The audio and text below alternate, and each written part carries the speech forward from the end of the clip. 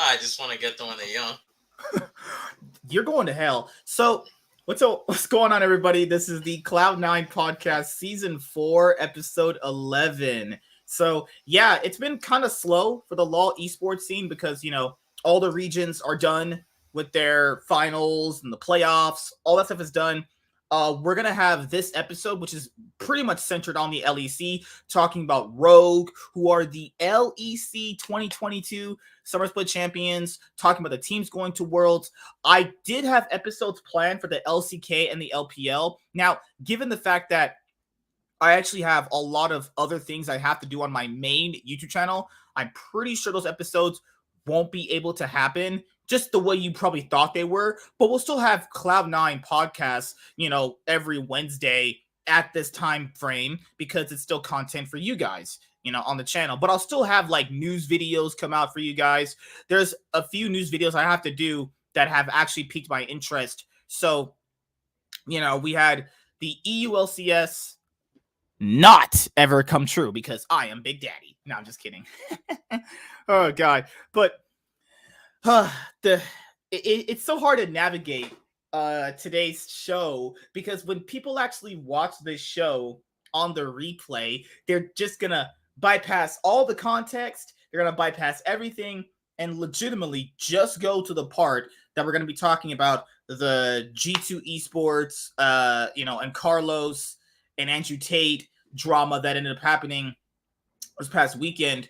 But it's all just how you kind of want to navigate things. I think Sean is coming. I think he is. He might be dead, but we'll see how it goes, honestly. So, yeah, actually, let's just get the biggest elephant out of the room. No, we'll probably talk about Rogue first. Yeah, we'll talk about Rogue, actually, first. And we'll go to the games, and we'll go to the LEC, actually. So we'll start with that. We'll go talk about the LEC, then we'll talk about Andrew Tate, and then we'll talk about the Han Sama thing. Yeah. Structure, Warren. Having fun, right? Oh, the fun. Oh, no. The fun. Okay, let me make sure I write stuff down in the private chat. Rogue, Andrew Tate, and Hans Sama. There we go. All right. So, Rogue have finally won a title. Finally. So, I'll say this, people. It's actually a good thing that Rogue have won their first title because you need to factor in Europe has just been dominated by G2 and Fnatic for a very, very, very long times. It's like out of most of the splits that have ever occurred in Europe since like 2013, since it kind of started, all that shit's been won by essentially two orgs. Last year you had Mad Lions winning, which is really good. It's glad to see that. Yeah, they won both splits, which is good. And then this year you had G2 winning their 9th title in spring, and you had Rogue winning their first title. So that's actually a good thing because people have always asked for other EU teams to win. And I've always said this too. It's like, I don't want other teams to win just because. And you have to be good enough to win. You know what I mean? Like, you gotta, like, I don't want no fucking, like, I don't know. People have this, like, weird thing with themselves where, like, other people should be winning. It's like, are they good enough to win? Yeah, like, I wouldn't want, organization like Team Vitality winning just because. Like, why are they winning? Why do you want them to win? I want Astralis to win. And SK. Are they even going to be in the league coming into next year's spring? Maybe. SK Gaming, I think, will be there. Astralis, I don't know. I don't know about that. Well, yeah, shit. I just saw that they let Gen X explore opportunities, and I saw today that Selfmade and Labrov also can look for other opportunities as well. Okay, you know what we're gonna do? Let's talk about Team Vitality. Okay, let's Team Vitality, Rogue, Andrew Tate, and Han Sama. All right, guys. Okay, so let's talk about the Vitality Super Team. So the Vitality Super Team was constructed with Alfari, Selfmade, Perks, Labrov, and Karzi. And in spring, earlier this year, I mean, that roster looked like they played like shit, guys. I'm not gonna lie, they actually played really bad. Like, you guys can go back and watch episodes around that time period of this show when we were talking about them. Bad, like legitimately bad.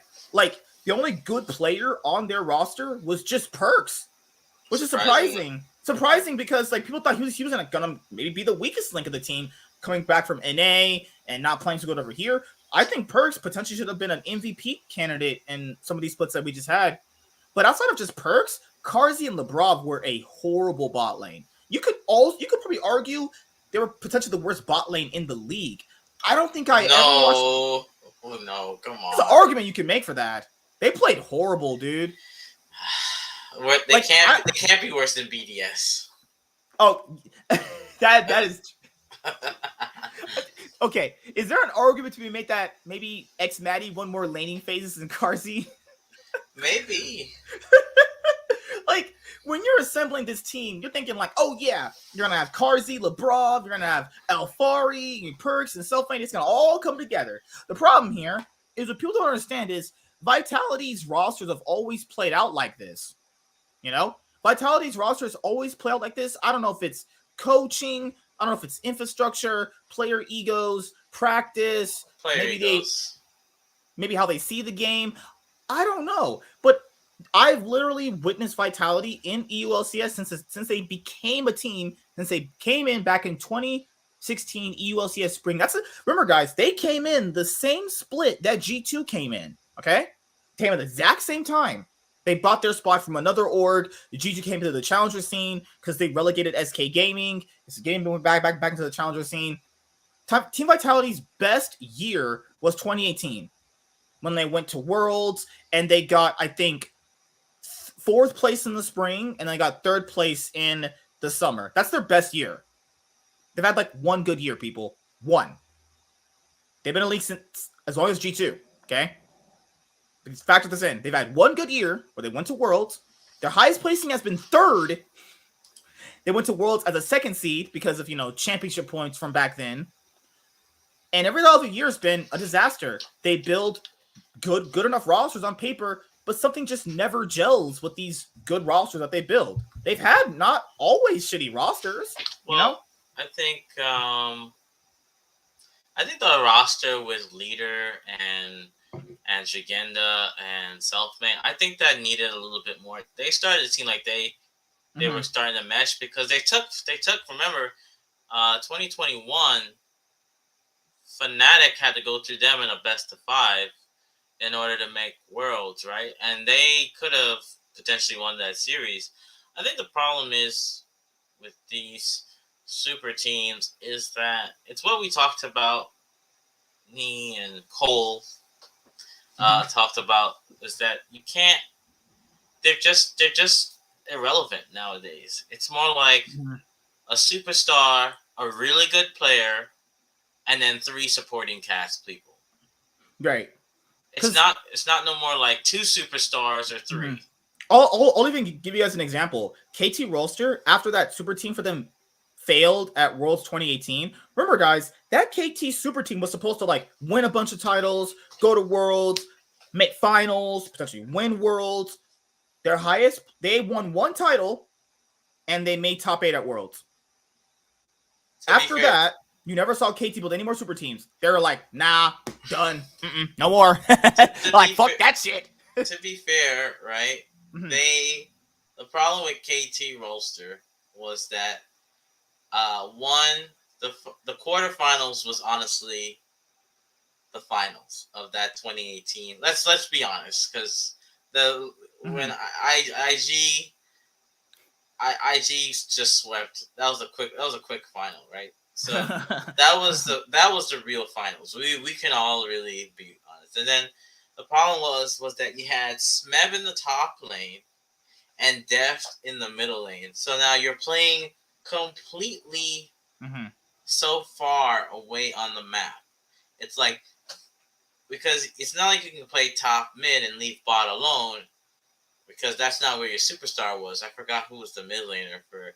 It was Yukal, right? So it's like Yukal was your supportive. So I think that was their problem. They split the map so much that it's like, how can you do anything when you have your top laner, like pathing wise, priority, who do you play for? That's what I think. But to go back to the Vitality thing, because I didn't mean to go on a rant. Um, like we need to really break down the roster, to be quite honest with you. Okay, so if we're gonna start with just Alfari from Worlds 2021 didn't even perform that well, honestly. Like I think a lot of people like him from name value alone, you know? Like if people look at his Worlds performance, because we mentioned this before, and I made sure we hammered this in. If you take their most recent performances, they're pretty wonky, you know? You take Alfari's most recent performance at that moment in time was Worlds. He did not play that good. He actually lost. He lost to Birtle. Birtle of all people. I could see losing to like Ale and Arma. They're about, on his level, which is fine. If you lose to someone on your level, then that's fine. Man lost to Birtle, and he also lost all of his laning phases too. He wasn't playing good. So I really don't know what Team Vitality saw in his performance at Worlds to make them go, man, I got to have that guy on my roster. The guy that lost all his laning phases in an international competition and also against a guy that he's, faced before. I don't know. Alfari this year just was irrelevant. What made him good, people figured it out, and then they just exploited him. And he also wasn't that lane dominant. He never really worked with the team all that much. His singular way of wanting to play the game that way is just so exploitable. I just can't see a person like that ever winning a championship domestically, let alone doing well at Worlds ever. I think in regards to Alfari, he was better when he was on Misfits. When they played him weak side, he was much better because he was like winning matchups. They were sending ganks. I think the moment and this is again the EU analysts and casters and people around the league, they put this Alfari's this guy that he should be a top whatever. When people keep, and I blame Deficio for this. No offense to Deficio, of course. He kept bigging up Alfari from his Misfit days till Origin, and I just don't he really hasn't lived up to his name. Say what you want about Perks, right? And we're not. Mm-hmm. I'm sure we're gonna get into Perks. Alfari hasn't won a championship on any team, either NA or EU. And I think the only real accomplishment he has within the last since 4 years, which was 2018, is making one Worlds appearance. I mean, to be fair, he had a team with ups. I think if you have Upset, Nuke Duck. Oh, sorry, 2 Worlds appearance. Remember 2017 Misfits, the top 8 at Worlds. No, I'm not counting that. I'm saying recently. Recently. Yeah. All he's made was just the one LCS finals and just Worlds. That's Worlds. it. And not a championship. So his resume isn't bad, but if you compare it to say someone like Broken Blade, who goes from NA to EU, wins. He swaps regions, right? He takes a year. He goes on Schalke, doesn't work out. But then next year he goes to MSI. He's back at Worlds. He wins a domestic title. I mean, that makes me question, should I even keep Alfari, to be quite honest with you. So I think his stock value has gone down. Yes, you can be a great laning phase, but after the game isn't won in 15 minutes. The game is won when the Nexus is gone. So that's my thing. My thing here with Alfari is if you're only really good at one style and you can't really play multiple other styles, then it's not that even maybe you're not even that good. It just borderlines on how can a team really utilize that? Because there are games you're not going to win laning phase all the time, And Alfari this year, even on the picks that he himself can play very well, like Jax, Gangplank, Gnar, Orin, champions like that. Or maybe because, sometimes it's the meta with some of these players, the meta changes and they're just not that good at playing the other champions. But Alfari normally plays a tank like if he was playing a carry top laner anyway. but I just didn't think he played that good this year. I thought this is by far and away his worst year. There was a year, it was a 2021? No, 2020. Their origin was like 10th place, and you saw that this guy's got some talent. He's really good. But then again, it's like, were people only looking at that because being on a 10th place team made his performance stand out? Because at the end of the day, still on a 10th place team, you know? Like, it's one of these things where I don't know what people put their real stock in value into anymore when it comes to players, you know? And imagine building a team around Alfari and Persia going, okay, I have a strong top laner, a shot calling mid laner with a nice veteran presence, right? A playmaking mid laner. Yeah. So do you think they would get rid of him? Because I think they would potentially just get rid of him at this point. I mean, if they're making LeBron, clearly they're looking to stick with Alfari and Perks if they're made LeBron. Because to be fair, they paid Cloud9 and Team Liquid a lot of money for these players, so they want to make something work with these guys. I think what's going to happen is with the recent performances of if we were to look at the LEC overall, right? A lot of teams didn't spend like a big amount of budget, and the playoffs went down to a very, very close run. Like there was possibility where 6 or something, or something depending upon the scenarios, tiebreakers. So now if I'm Vitality, right, and I look and I see Astralis, SK, Misfits. Misfits had a cheaper roster than probably all the teams that are currently in Worlds, but they made it to the second. I think they made it to the second round, right? I believe. You're like I'm saying to myself, well, maybe I should invest in rookies because look what G2 did. That's a dark. What's up, man? Look what G2 did. They got rookies. Well, Flocket. What's up, man? Flocket's a rookie. Targamas, he's been bouncing, but he played the 1 year. I mean, right. So yeah, he's like a sophomore, right?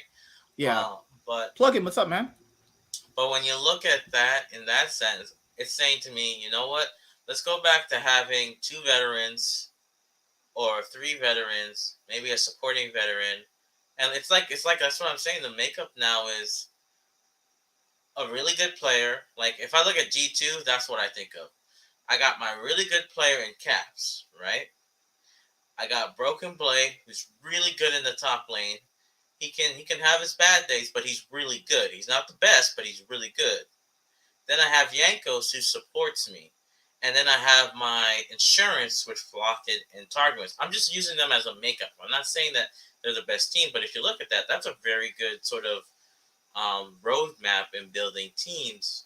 So the problem is now that I think they're like, you know what, let's see what's on the market. I mean, there's I wouldn't be surprised if they try to go for upset after Worlds, because I don't think that Fnatic team is staying together, to be quite honest with you. So that's my thing with Team Vitality is maybe you keep Perks and Alfari. We know they're going to promote Bo. Bo's a player that they literally already alluded to coming into this. You know, they brought in Haru and Bo. They're going to get their issues worked out with Bo to get him to play. So you're going to have Perks, Alfari, and Bo. If Bo's as good still as he was back when he played in the LPL, that could be a really scary team only if Alfari and Perks can work with this guy.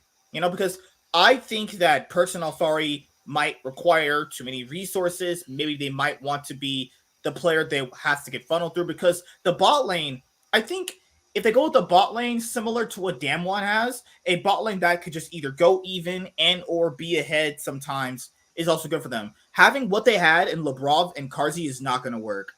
Not like that. They could never play through their bot lane because they were either one already always behind, or they weren't. Or they're always CS behind. They were behind on XP, behind on wave management, never there to the first of the fights. It was really bad from their bot lane. So I could see a world where they give her the entire bot lane completely. I don't think Karzi's staying. There's no way you keep him unless he's that shot calling presence. But it's like, are you valuing shot calling presence with that guy? Or are you just trying to like save face with him because that he has cool target selection in team fights. That's great. You can get anybody else to do that. It's like what would you be doing there? You know? I think Carzy. So I guess we're done with Lafari. Yeah. So what do you think about Perks then? I think you keep Perks. His performance this year justified it. I think there was the games that people said he kind of ran it down on Akali. Remember those spring games against G2? I was like, what can you do? He's trying to carry the team and trying to split push and trying to create pressure on the map. I think he legitimately tried everything he could to carry his team to the finish line. But at a certain point, League is not a one-man game anymore like it used to be. Yeah, unless you're Chovy, you're just a god. Unless you're just fucking Jesus or some shit. Like, I firmly believe Perks tried his best. He also played well, too. Individually, he also played well. But what do you put around Perks to make him more accelerate? Because his performance would be accelerated with a jungler like Bo, potentially. If he's as good as they say he is, that means Team Vitality might be the Team Vitality we expected this year. We're just going to get them next year. But this is Team Vitality, so I'm not holding my breath. Well, in regards to Perks, I think he played his role very well. Bo, he might not have been playing, but I'm assuming during this time he's been learning English, which is good. So now, all this time, I'm sure that he's been learning English, doing solo queue probably communicating, trying to get to break the language barrier. So that might not be an issue come with January. January is when the spring splits start. So I would assume that he would have some basic, the language barrier would be broken. Perks, who do you put around him? I think it really depends. Like you have to, I think when the Worlds is over, we just saw that Hans Sama, and I know we're going to talk about him later. I'm just mentioning him. We just saw that Hans Sama is going to come back. So I wouldn't be surprised if Vitality aren't going to be in talks with him. I wouldn't be surprised if they're going to be in talks with Upset, because I think Upset is pretty much done with Hylissang. That's what I see with the human eye. Fnatic was not that great. Even with the players they had, I can't blame Razork. I really can't with the players they have. It's like, come on, you have Wonder, Humanoid, Upset, Hylissang. Razork is clearly not going to be a carry, so I didn't like the scapegoat. But so I can see them trying to either go for those two or potentially an ERL player.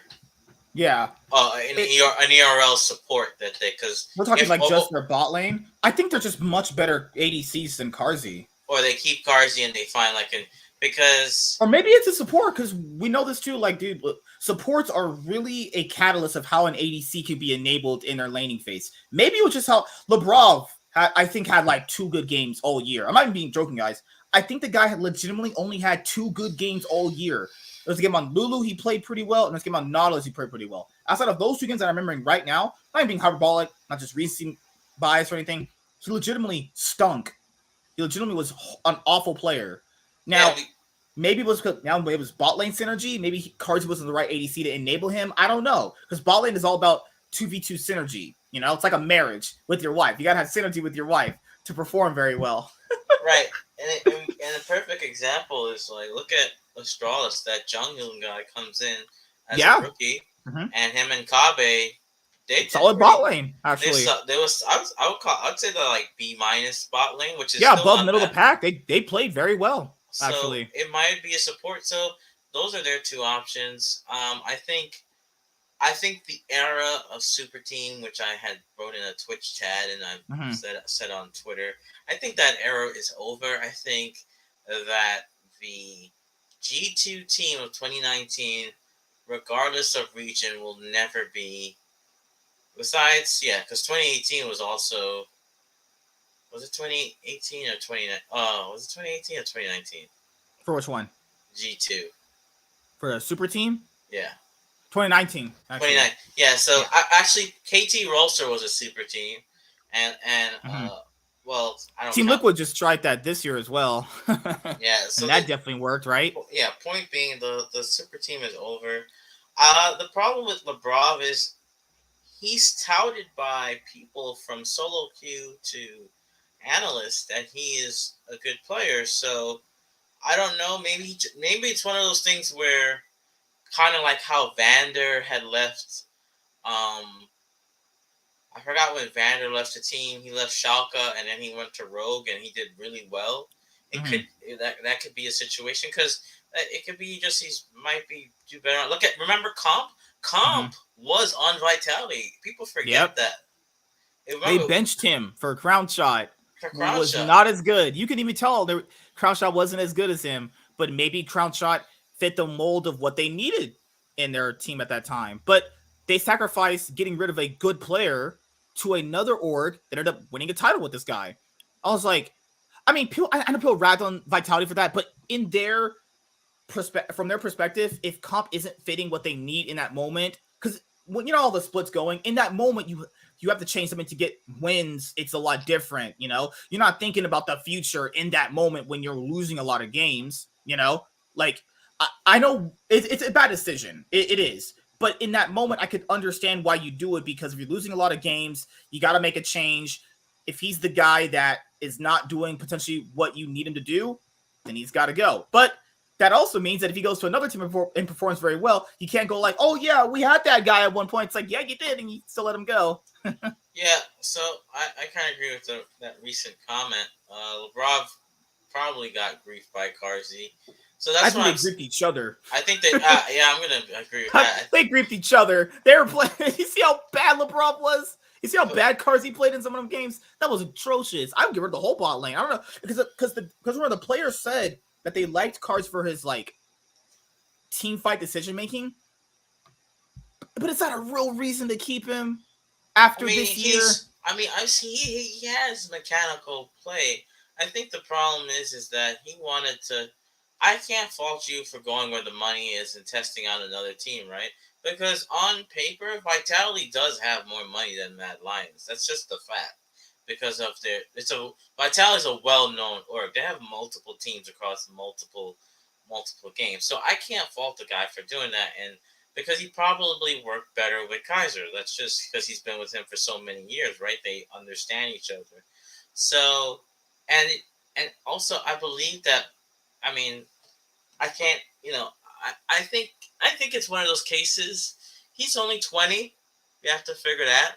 So he's still young, and I think he probably got a lot of a good amount, of experience with working with these people, even if they're gonna let him go with perks, Alfari, and I'm sure he learned even from Karzi. So, and having self-made and then swap with Haru. So maybe he goes to LCS. Maybe he stays in LEC. I think it's better for him to stay in LEC. I think he's actually good.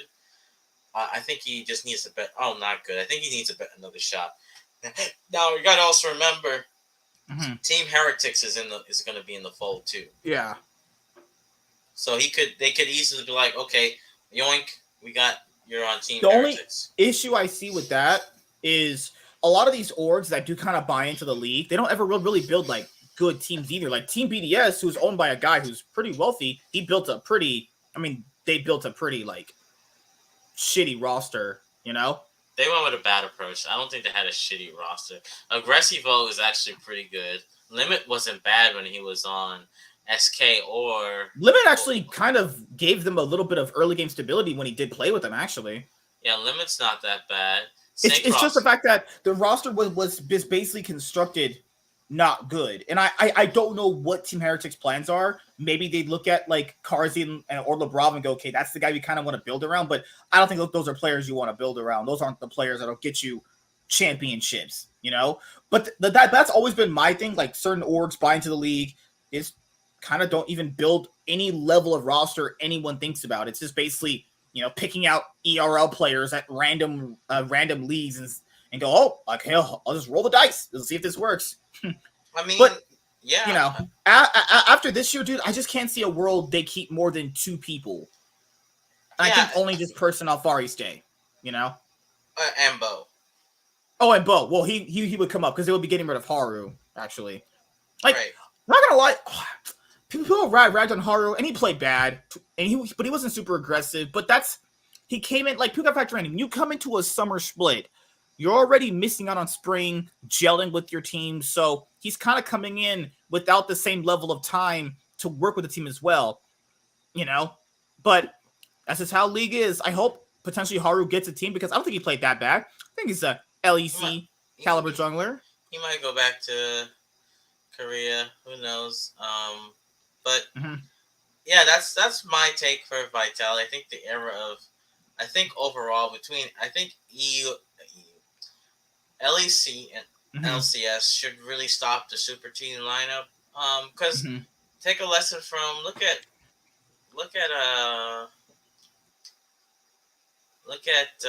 what's it called? Misfits, Irrelevant. That guy stepped up his game and was like looking like at least a top 5 top laner by the end of the split. Yeah, played good actually.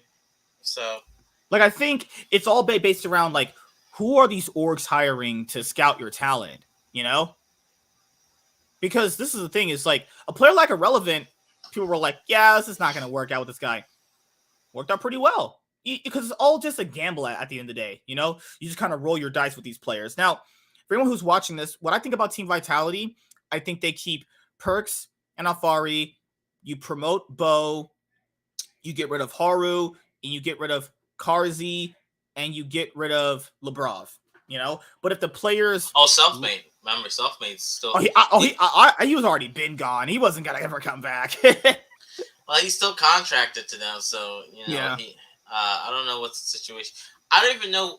That's actually a good topic. Where would you see Selfmade going? You think an org wants Selfmade though? That's the problem. Which org would take Selfmade is the thing. Well, he's not toxic. He just looked at the game. But that's how he's going to be perceived, though.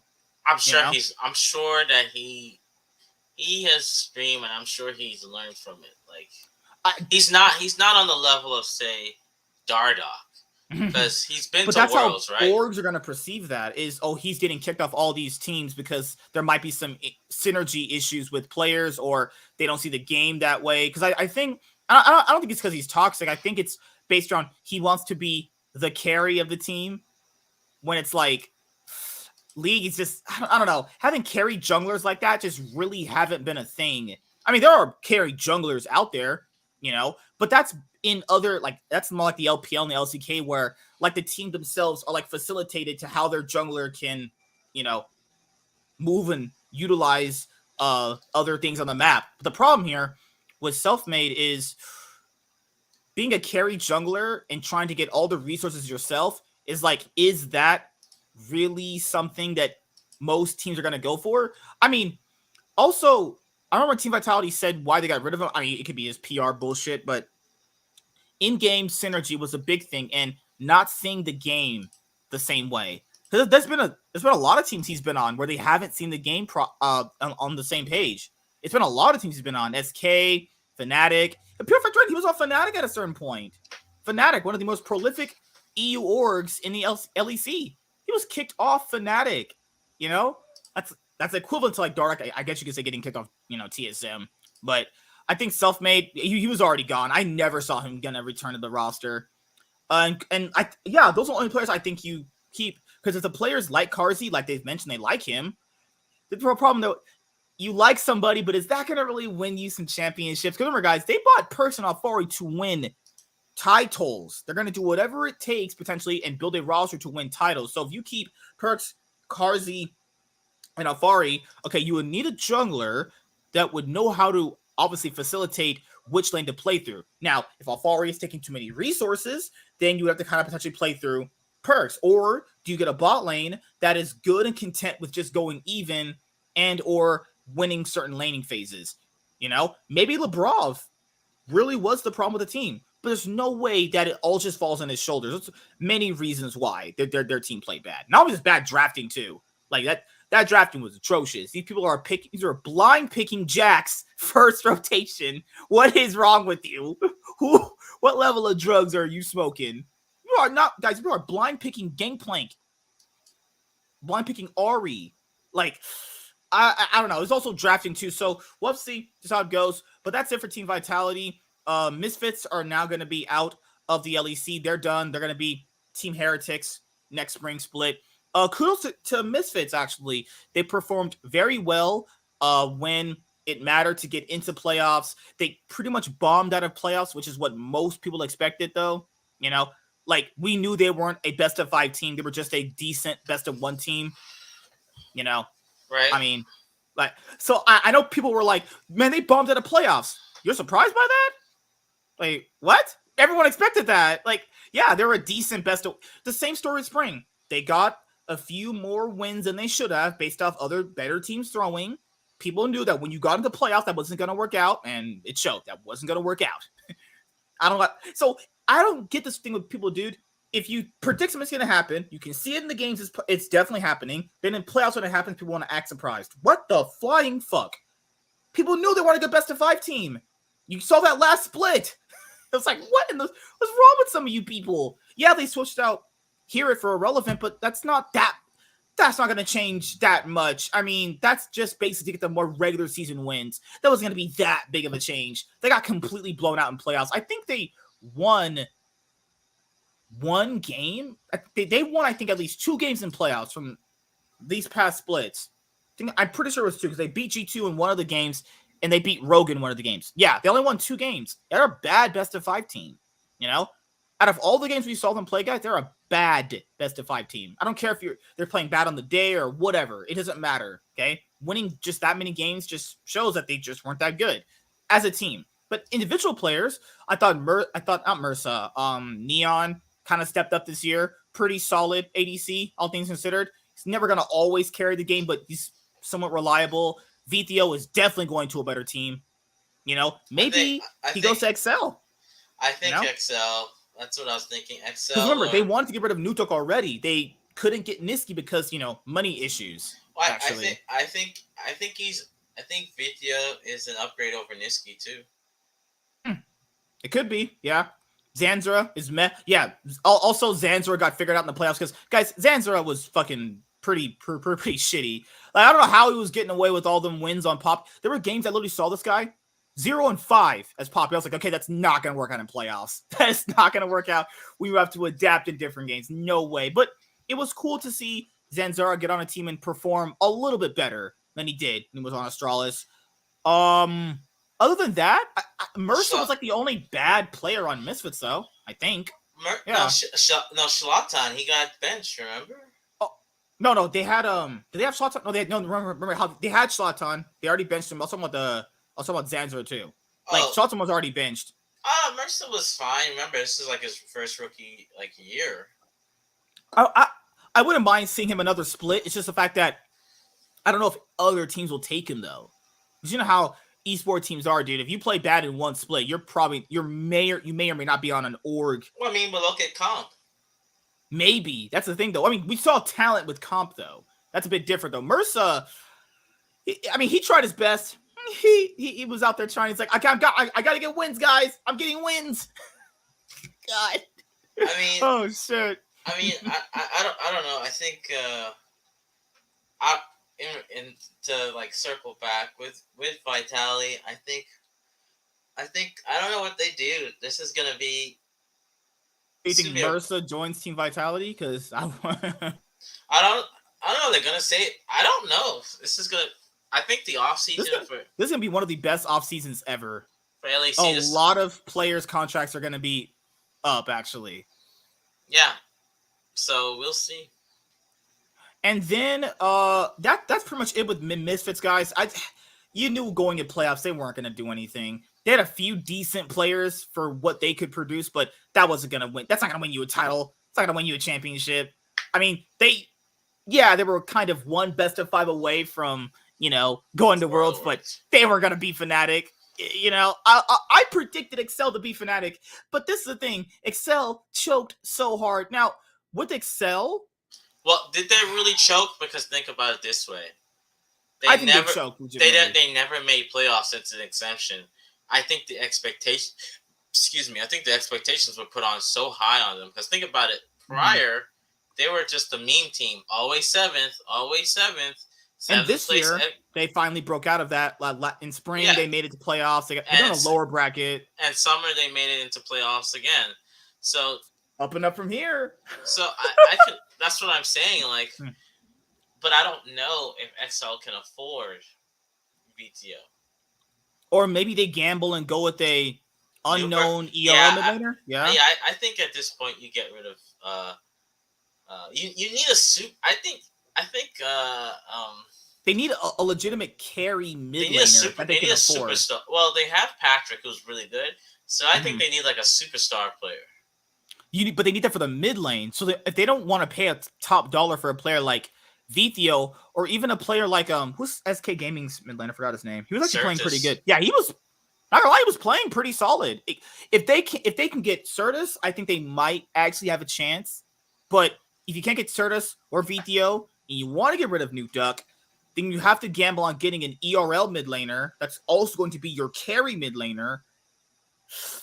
I don't know. And that's the thing is like against Fnatic, when I was watching against, I was like, I think XL could beat Fnatic right now. I think they're the better team right now. It had to be mental fatigue. I'm sorry. It had to be mental boom. Because they were literally mental fatigue or it's a combination of both things. It could be mental fatigue and choking because, dude, they were in that last team fight. One of them said to go to Baron and get Baron first or get Elder or whatever so they could win the game.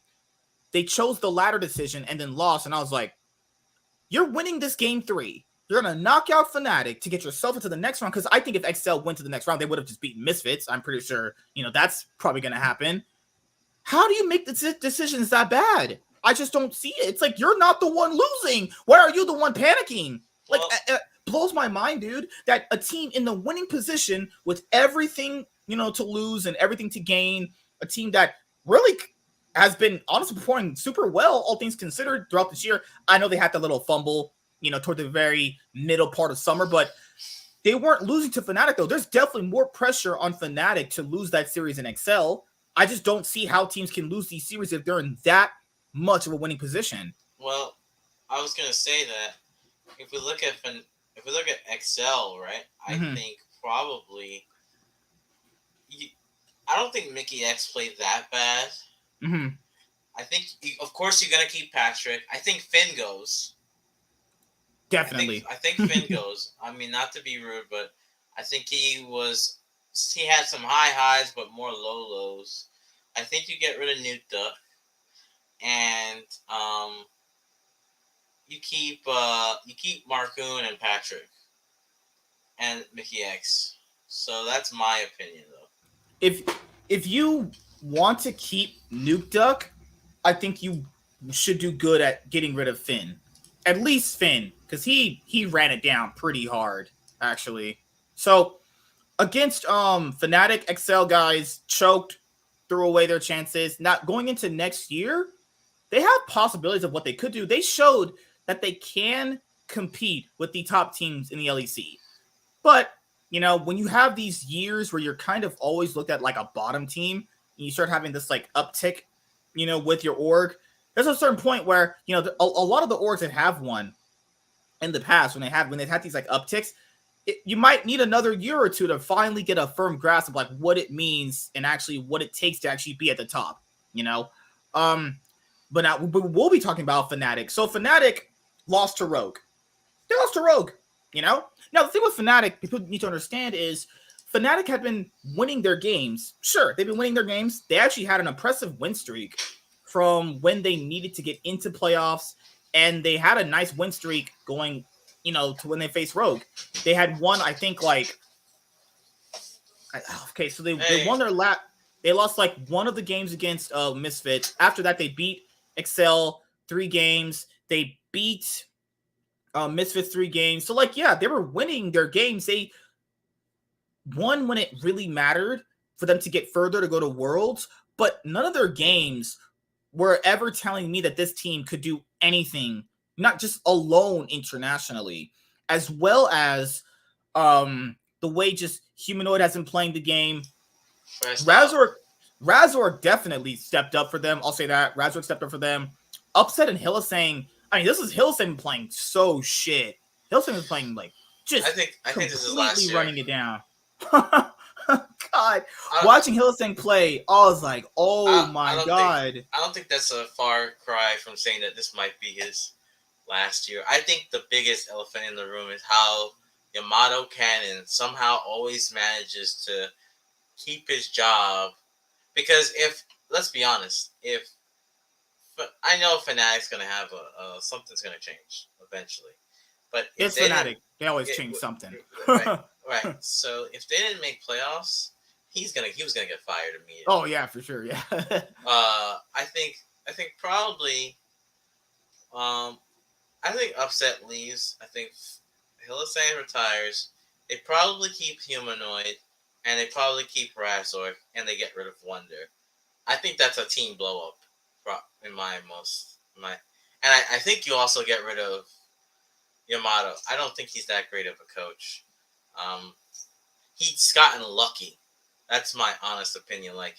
Because he literally had to go. This is the second year in a row with Fnatic. You had to get from the lower bracket to make Worlds. When Fnatic is primarily an upper bracket team that gets into the semis and they're guaranteed the second or the first spot in the groups. They're not in play-ins. And that's my honest opinion. So for Fnatic, it's just Razork and Humanoid, just no synergy. Wonder is kind of just a solid, okay top laner. Upset, I think it's still their best player by a very big margin, but it just doesn't feel like the roster has any idea of what they truly want to do, of how they want to play the game to an extent that's at least cohesive, you know? So my thing with Fnatic is when they face Rogue is yeah, you're going to get fucking destroyed. Because Fnatic, let's be honest here, I don't see why people have been saying that Fnatic choked. It's just more along the lines of they weren't better than Rogue to begin with, though, really. You know, throughout this year, or just even if you just take the summer split,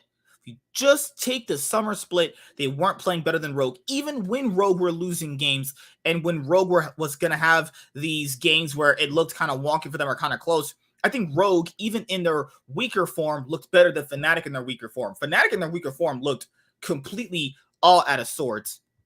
So I don't think Fnatic choked because I don't think anybody expected Fnatic to actually win the title, you know? On an org like G2 or Rogue, who had been performing very well all year, definitely were teams that you could see going, okay, now I can see this team winning a trophy. Now, we're going to be looking at the LEC 2022 Summer Split Finals. You had G2 versus Rogue. Rogue in this series definitely destroyed G2. There was one play in Game 2 where Caps played very well on Lissandra. He made the Lissandra pick, and they ran up to try and end the game. But Malrang went in and stopped the wave for a little bit, and then that got him back into the game. But other than that, Rogue completely destroyed G2 in this finals, actually. Remember, this is a rematch of the LEC 2022 Spring Split, actually, where G2 3-0'd Rogue. So Rogue was like, you know what? I'll just do you one better, actually. So in the series, what I think was a really big problem with G2 was Broken Blade getting just completely destroyed. And Broken Blade had not been playing good, essentially, all summer split long anyway. So I'm pretty sure that wasn't a huge surprise to everyone. Jankos and Caps playing uncharacteristically bad in this finals was something that you also don't expect to see. There was this ridiculous stat that Caps had won, so many of the last X amount of finals. You're thinking to yourself, 21-3. So you're thinking to yourself, oh, hell yeah, dude. G2 could have won their 10th title. They'd be the first Western org to win double-digit titles if they had actually won this. So Caps playing pretty much uncharacteristically really bad. Maybe just he's had a bad day. It happens to even the best players. You know, you have bad days. It just happens, right? Jankos playing with his eyes closed, his brain off. Maybe he was thinking about the Korean girl he wanted to have sex with. I don't really know what it was. He played like shit. Flacken and Targamas, we've talked about them. They're not a bad bot lane, but definitely when the pressure's on, they definitely do perform very well. I mean, you look back to MSI 2022, I think Flacken played individually fine at that event, But when it came to the really important match against T1, and even during the losing streak, you saw the issues that their bot lane had. And I brought these issues up with G2's bot lane coming into the year, is that under high pressure scenario situations, how well are they really going to perform?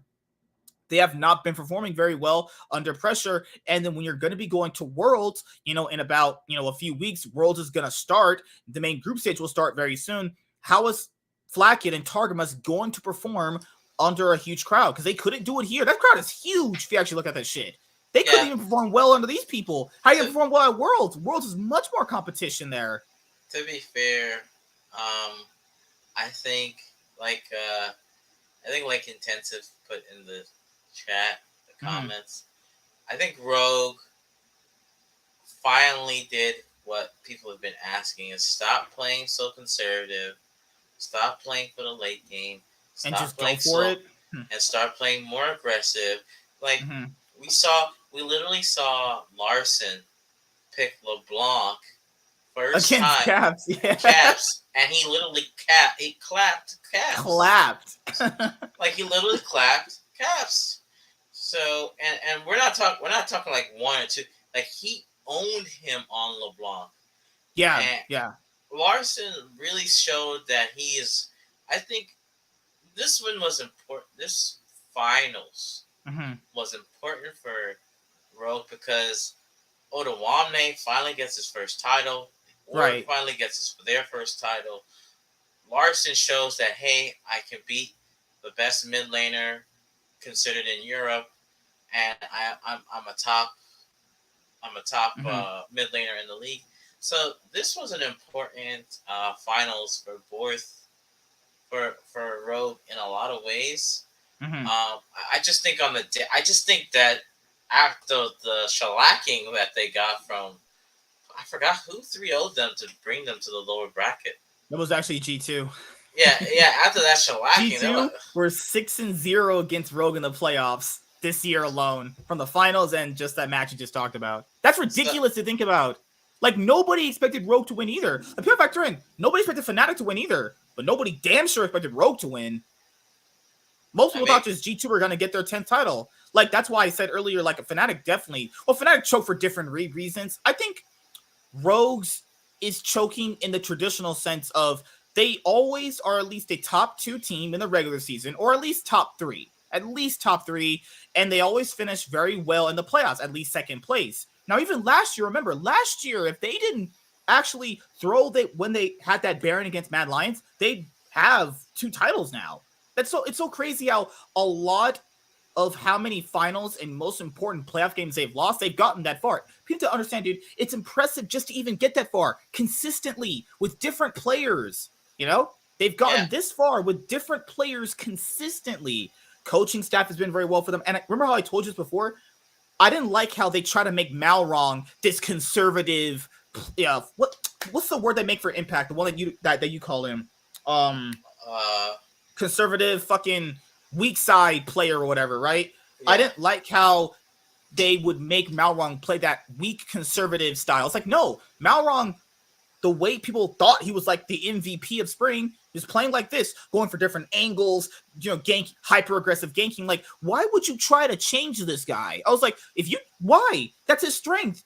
Malrong is exactly what they needed. A player that's going to find these different angles, gank repeatedly, out jungle his other opposition, invade whenever he feels like he can get an advantage over him. It's like, you try to change that player up. That's not him, essentially. If you want that player, go get that player. I don't think that's the player that they thought he was anymore, and I like that they allowed him to play his play style consistently like that. Because when Malrong is on, that means that Rogue are going to have a good game. Because a lot of the games that Rogue won, even just from this split, even from last split, a lot of them were because Malrong was consistently playing this hyper-aggressive gank-heavy style, and people said, oh, it's going to get figured out. Well, you have to be good enough to actually beat it, too. People have their play styles, right? But the team also has to be good enough to stop that play style. And if you have a player like Genkos, which in theory should be able to handle that, on any given day, that play style is going to definitely work out. But that's just me. I don't know how you feel about that stuff. I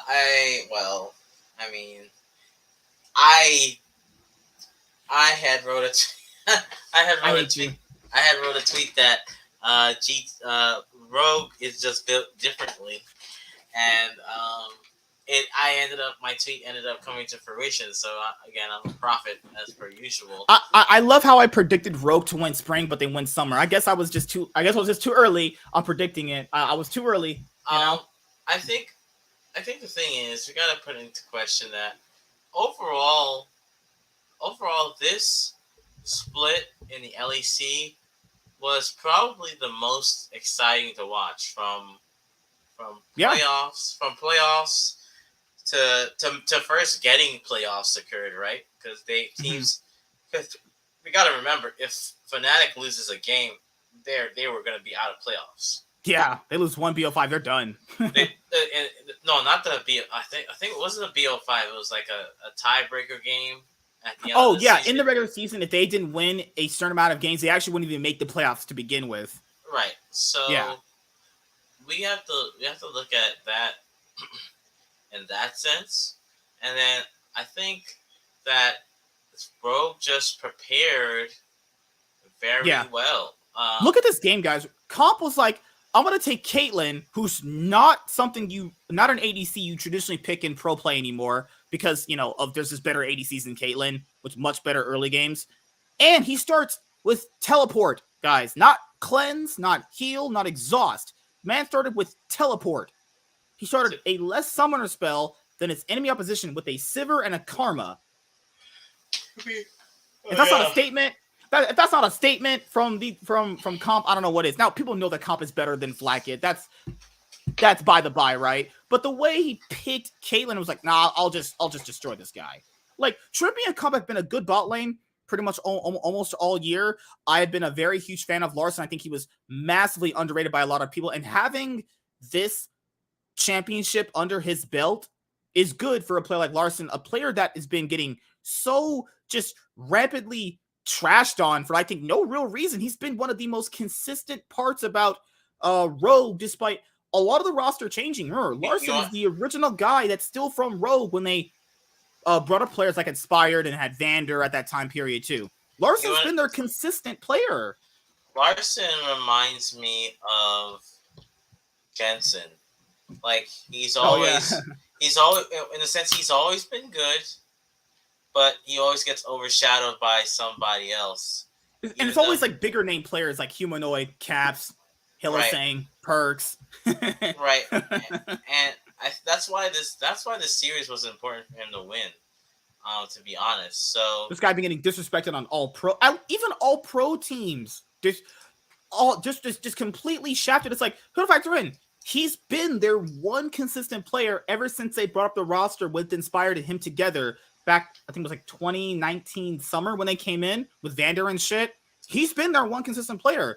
For him to be performing at this kind of a level, at this amount of time, at this amount of many years, this many splits, many regular season games, regular season playoffs, if he's not one of the best mid laners in your rankings coming to the next split, for anyone who's watching this, you're trolling or you just don't like him. I'm not even I like the player. I think he's pretty good, but it's just you can understand this though. Put anyone different in this roster over him, I don't think it works out the same way. But that's just me personally. I'm glad he finally showed people, hey, just shut the fuck up. I'm one of the top mid laners in the league, and now you have to respect me.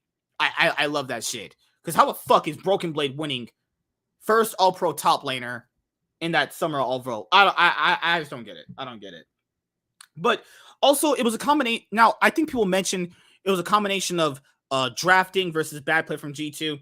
I don't think the comps were holistically as bad as people are making out to be, because it's never just one thing about draft. It's always about how the players are actually playing out the composition. Remember, there's a moment in this game G2 had a chance to win. You see Caps just like really frustrated with his performance. But Larson is a top 3 mid laner, so if he's on par with Caps, that makes perfect sense. Because remember, guys, back a few years ago, it was pretty much just Caps is the best mid laner, and there's really no competition for him, But now it is good to see that there are mid laners that can definitely, best him in a best of 5 in the finals, especially in the finals. Caps had an impressive finals record, actually.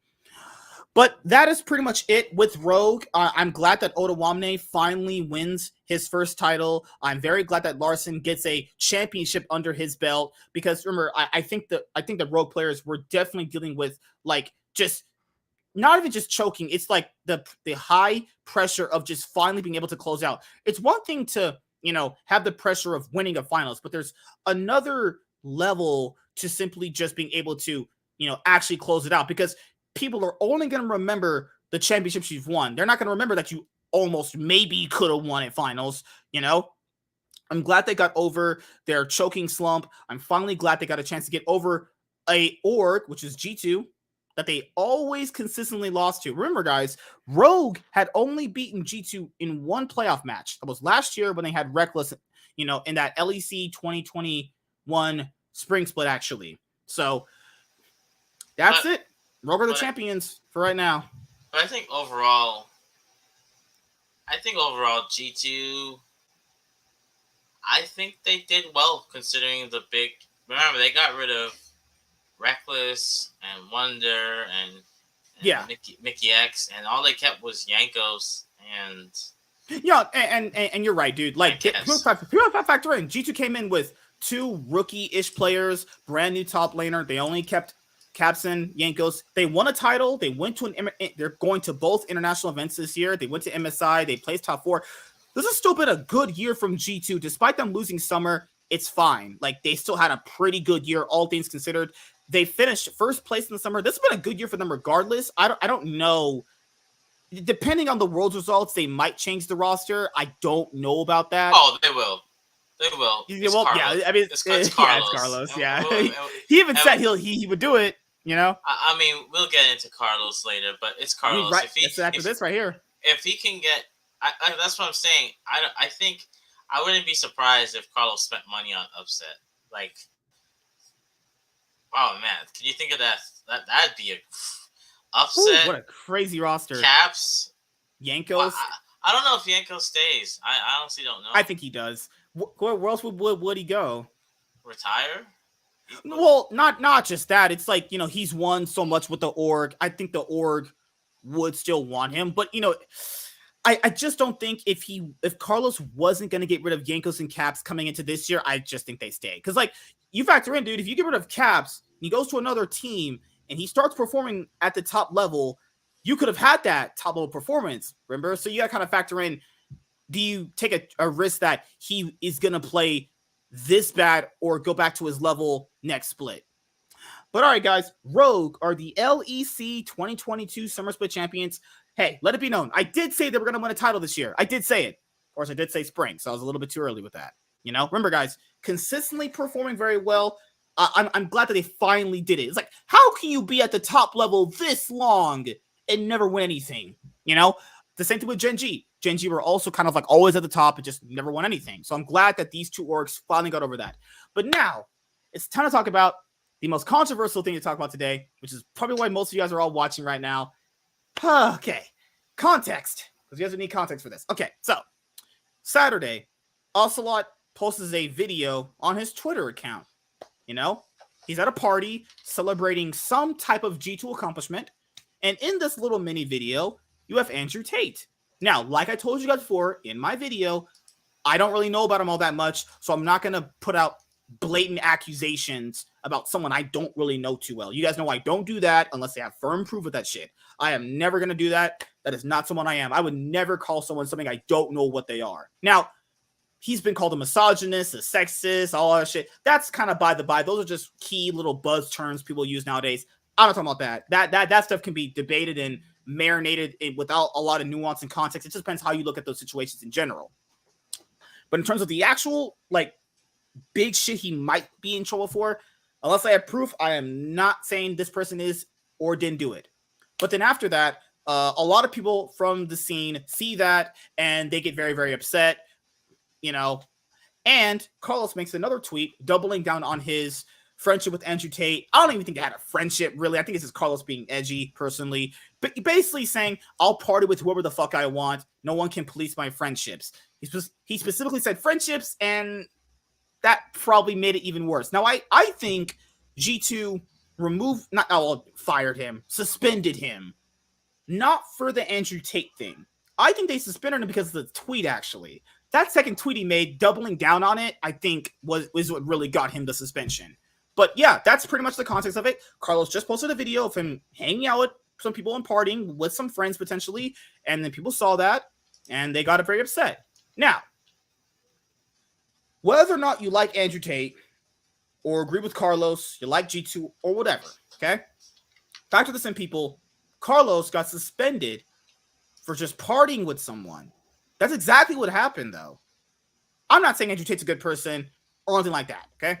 What I'm saying is Carlos got suspended for just partying with someone. What the heck? Sorry.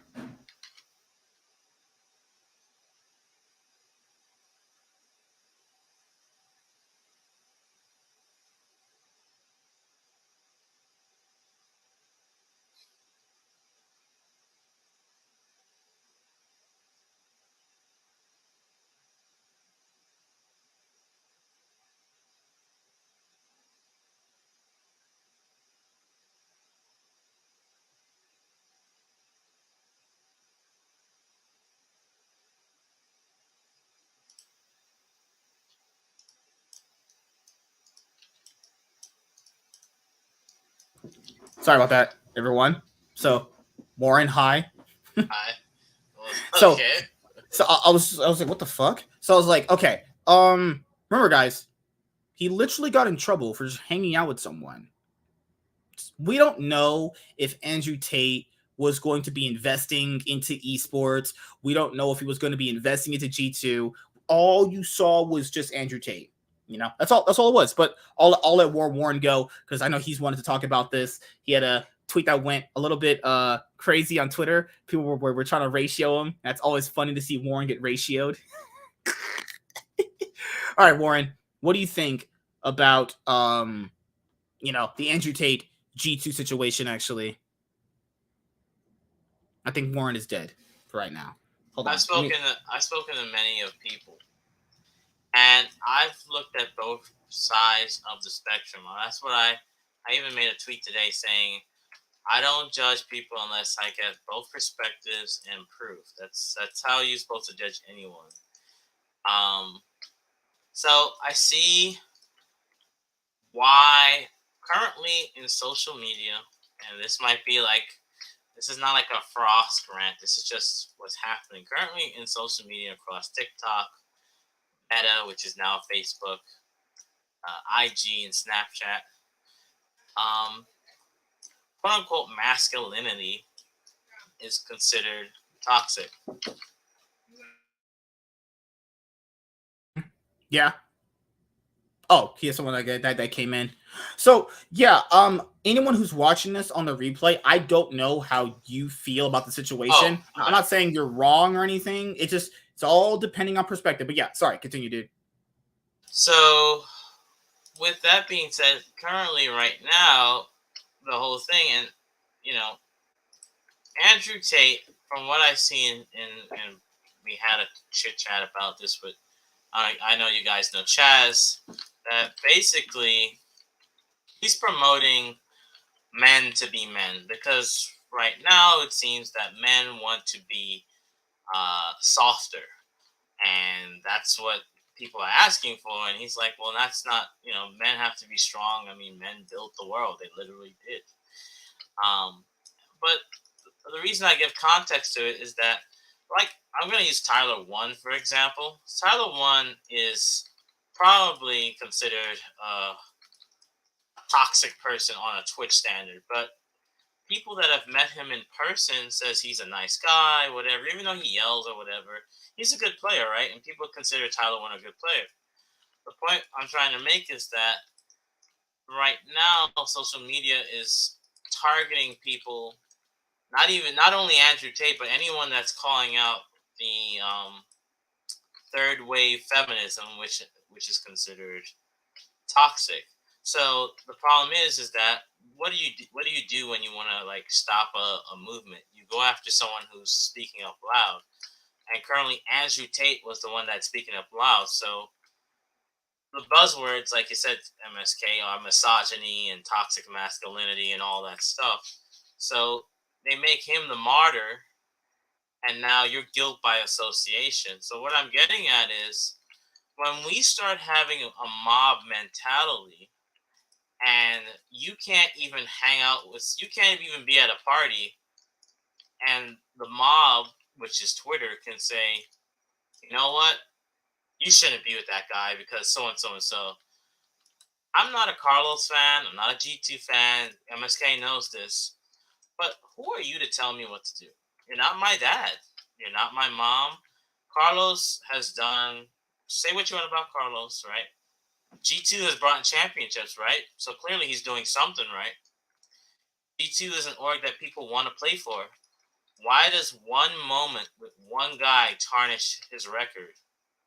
That's absurd. That there's plenty of, how many times we're at a workplace or we're with friend, or we're working and we don't like a person, but we work with them because we just want to get something done and you respect them. Right, yeah. I'm not saying respect Andrew Tate. That's not what I'm saying. I'm saying one moment shouldn't tarnish someone's resume that they've built up all these years. We've always known that Carlos is a very blunt, abrasive, forward person thinking. Like, he speaks his mind, and he even posts, he even trolls people. Hell, so my problem is that social media has way too much power nowadays, and instead of people actually understanding and say, you know what, let me look up Andrew Tate and see what he says, and actually listen, not hear, because that's the problem nowadays too. We are just listening, but we're not hearing. Like we were talking about the other night. If you tell someone, "Can you please be quiet?" they would listen. But if you tell someone, "Shut the fuck up," they get upset. It's the same context, but the words sound different, and if your feelings catch, and that's the problem. Feelings are catching with, and I'm not trying to be sexist, with women. So, and that's how they feel about Andrew Tate. And what to me was ironic is that if Andrew Tate, and this is my last point before I finish my rant, if Andrew Tate is so bad, why the hell would Carlos make a team, for an all-girls team that he just put together for his org, and his wife allow him to go out with that man? That doesn't make sense. That doesn't, because then you look like a hypocrite.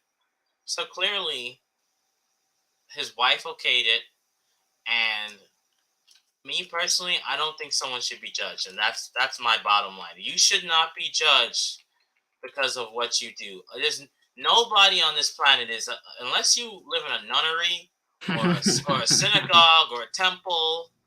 Most people have done something, have had friends that people don't agree with, and this mob mentality that's on Twitter, because you do something that they don't like, that you have to either fire, suspend, or get rid of them, is silly. If this was 2012 to like 2014, nobody would have cared about who Andrew Tate is. They'd be like, oh, whatever, next. But that's not what it is now. So, and the only things that I really brought up was the fact that, remember, guys, Carlos is the CEO of G2. So depending on how someone views Andrew Tate, that could be something that could have lingering, bad damaging effects on G2's brand potentially. Because I know Chaz brought up the fact that, we'll get someone else to invest into your company. That's not how that works, man. Like, Chaz, that's not how that works, dude.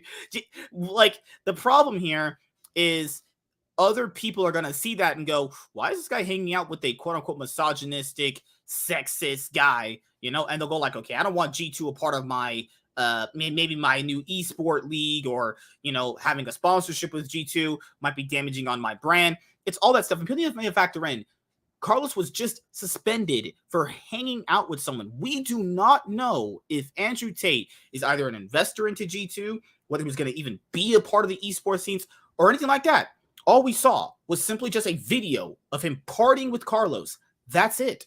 And then people started freaking out about it. It goes to show you that people aren't really thinking about things logically. There's a reason why I made my video the way I did, specifically because I want to make sure people understood.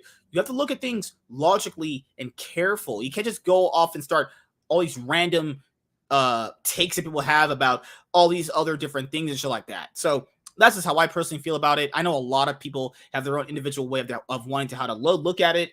But I want to bring up this Four Horsemen video that they did, actually, because I wanted to hear what they had to say and then see what Warren wanted to talk about it too. Anything else you want to say about just that situation with Andrew Tate and G2? I'll comment after this video. Okay. So there's the part of Carlos's context. Let's start from like right here, actually. Guys, obviously, we won't watch the whole thing. We'll go to about like right here, actually. Okay, so start.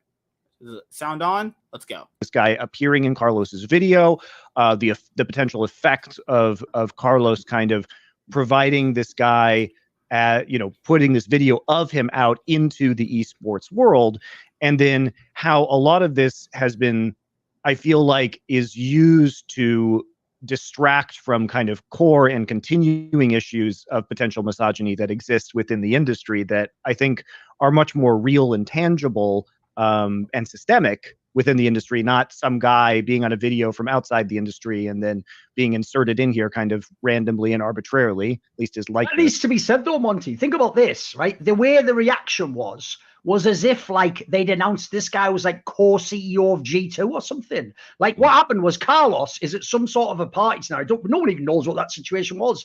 Presumably he's in Dubai or something with those guys. I think that's where they're all at. They're having some party. No one even knows until Carlos does a follow-up tweet that apparently they're friends or whatever, because it's implied when he's saying about I won't police my friends. What happens is Carlos posts a picture of him stood there. By the way, he's barely even in the fucking shot. It's merely the other two guys lifting the bottles up, doing like a champagne bottle raise to show that they're balling and swagging out and all that crap. And when he does this, then that's the post. When he does that post on its own, that is just classic Carlos, by the way. Yeah, Carlos always has been edgy like that. You know, like that was one of my biggest problems with people, is that they just took that little video and saw it as, oh my God, Andrew Tate's entering esports. Meanwhile, TSM being ran by Reginald had been confirmed by a lot of people to be a bad person, a piece of shit, really. Why isn't Reginald not suspended for a couple of months or removed as CEO based off all the bad things we have consistently heard about this guy, as well as Reginald quote unquote got in trouble. His was basically he has to take like CEO classes or some fucking bullshit like that. Reginald didn't get suspended without pay. Where's that at, actually, for cracking down on like all that bullshit that people claim? You've pushed the line. You've been a little bit edgy because you're Carlos and you maybe have the fuck you when you went a little bit over the line. And now what you're seeing is, what's the pushback? Will people take it that I'm just being cheeky and doing a wink like this guy's banned off the internet? I probably shouldn't be doing this. But then again, I'm G2, so don't we kind of do what the fuck? There was a bit of that mixed in there. The problem is this. Then the public response itself was very weird, because the public response, I actually thought one of the first tweets, which was someone who works for Misfits, who used to work for Riot, if they know them, Becca, I can't remember his surname, but it's Quickshot's wife, basically. There you go, Henry, of course, right? I thought it had the most legit tweet of all, because the way she phrased it looked very careful. She basically phrased it as like, she didn't say like, get Carlos out, or like, fuck G2, or like, what they're doing, like, they're associated with human chat. She didn't do that. She just basically said, like, to other organizations and people, like, let's not let this guy into esports. Not that, let's not let him into esports. Now, that was the thing I couldn't handle. Is that, by the way, that's a totally valid opinion, if that's what she thinks of the person. I think as someone who's a veteran in the industry, worked for many important companies, it's a totally legit thing to put out there among your circle of group, like the people who follow you on Twitter. She didn't attack Carlos, say like, this means he's done X, Y, and Z that's conflated with this person. And crucially, let's just be real. As far as we know, aside from that video, Andrew Tate has shown no indications he is coming into esports. He isn't announcing a venture in esports. There isn't like an esports. Yeah, like none of people took a small video and went ballistic. I couldn't believe how many quote tweets, retweets, how many ridiculous takes I saw on that post. Some of you guys out there on Twitter went nuts for like no reason. I even got attacked. Dude, even before we even watched this, we're starting to watch this video, I even mentioned we don't know the context of what was happening, and people just went fucking nuts.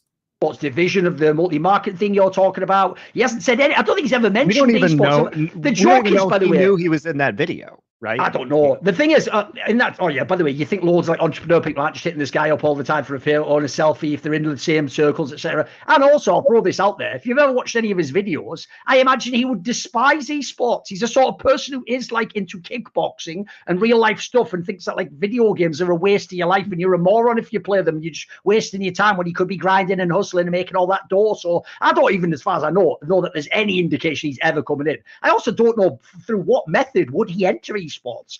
Basically, unless you're at the level of Carlos where you're willing to be edgy like that because you think you can get away with it, no one else has even shown any indications they're welcoming in. Hasn't come on any shows. He hasn't tweeted about esports. So the key thing is, first of all, I think that's already a sort of a bit of a sky is falling type scenario that isn't really a concern. Like, I don't think this person has any entry point to esports. And if anything, this weekend showed it. There is 0 entry points, no matter almost how powerful or how much influence you have in the space. And then just as a quick aside, I'm sorry, as much as people love to bring up those quotes, which humans said, not like God himself, like the 5 people you surround yourself with, the aggregate of who you are. Like, that's someone that was in one video with Carlos ever. Yes, Carlos made a follow-up tweet, which was an abstract tweet about you cannot police his friends. If you know Carlos, he is actually an incredibly fair-minded person. He's the sort of person where, because he himself has been misjudged and has been called toxic and terrible things, he will automatically think, oh, maybe there's more to the story. Like, oh, maybe they're just misjudging this person. He's been down that road himself. So I think that tweet even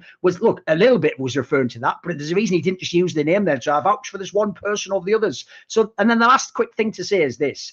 So in that scenario where it has in no way been proven this is his best friend or some super duper party, he was in one video for 5 seconds, then he made a follow-up tweet and liked some tweets. That in no context, in a reasonable, like actual attempt to understand what's going on, would imply he is complicit in any crimes or former actions of that individual. That would be a totally unreasonable standard to hold someone to. Now, certainly you could say if you knew about those things, it's like implicated of like, maybe you don't think it's as bad. You could have that discussion, but I think there's a lot, essentially there's a lot of like fog and stuff that people lost their way on this one big time. I feel like this is one of those ones where it was thrown up there and people could just read anything they wanted and project anything they wanted into it. And there wasn't any interesting combos as a result. Sure, but I think that's the core problem is like, if that's the, you know, if people can, if there's so many different interpretations of this, then Carlos shouldn't be putting up this content as part of his duty as basically the face of G2, right? Because there's too much ambiguity, effectively. Let me ask you a quick question. If anyone in this call was in Vegas and Mike Tyson's there, you take a picture of him if he wants one? If he wants one? If you want one. Oh, I wouldn't want one. So no, would be the Richard, answer. would you take a picture of Mike Tyson? You absolutely know I would. And you also know that I think his criminal conviction is one of the biggest miscarriages of justice in American history. You get the point of what Monty's saying. I know what he's saying. He is a convicted rapist, yes. So I just don't think it's that simple, Monty. I know what you mean, but I think that's another case of where people love to go. Once they've seen that a line's established after the fact, they go, how could anyone ever step over that line? You obviously knew what you were doing. Like, I think this started with Carlos being edgy with a tweet, and then it spiraled, and then his response to, they didn't want to be controlled, didn't want to pay, I think it just, everything got worse from every side, and it just expanded out into something crazy. Lauren, when you look at this from the agency perspective, and like, what was your reaction to first seeing this put out there? Because again, like, I had to see, you guys all knew who this person was. Like, I was like, okay, so yeah, that's my okay. So I definitely want to hear her take when she's up. Yeah, like back, because this is what I told Warren and Chaz last time we were talking, is a person being the face of a company has a little bit of a different implication than someone like us doing that shit. If I took a picture with Kyle Rittenhouse, that has a different implication for, like, let's say if Chris Evans takes a picture with Kyle Rittenhouse. So a little bit of a different implication right there based off your stature as a person or your status as a person, right?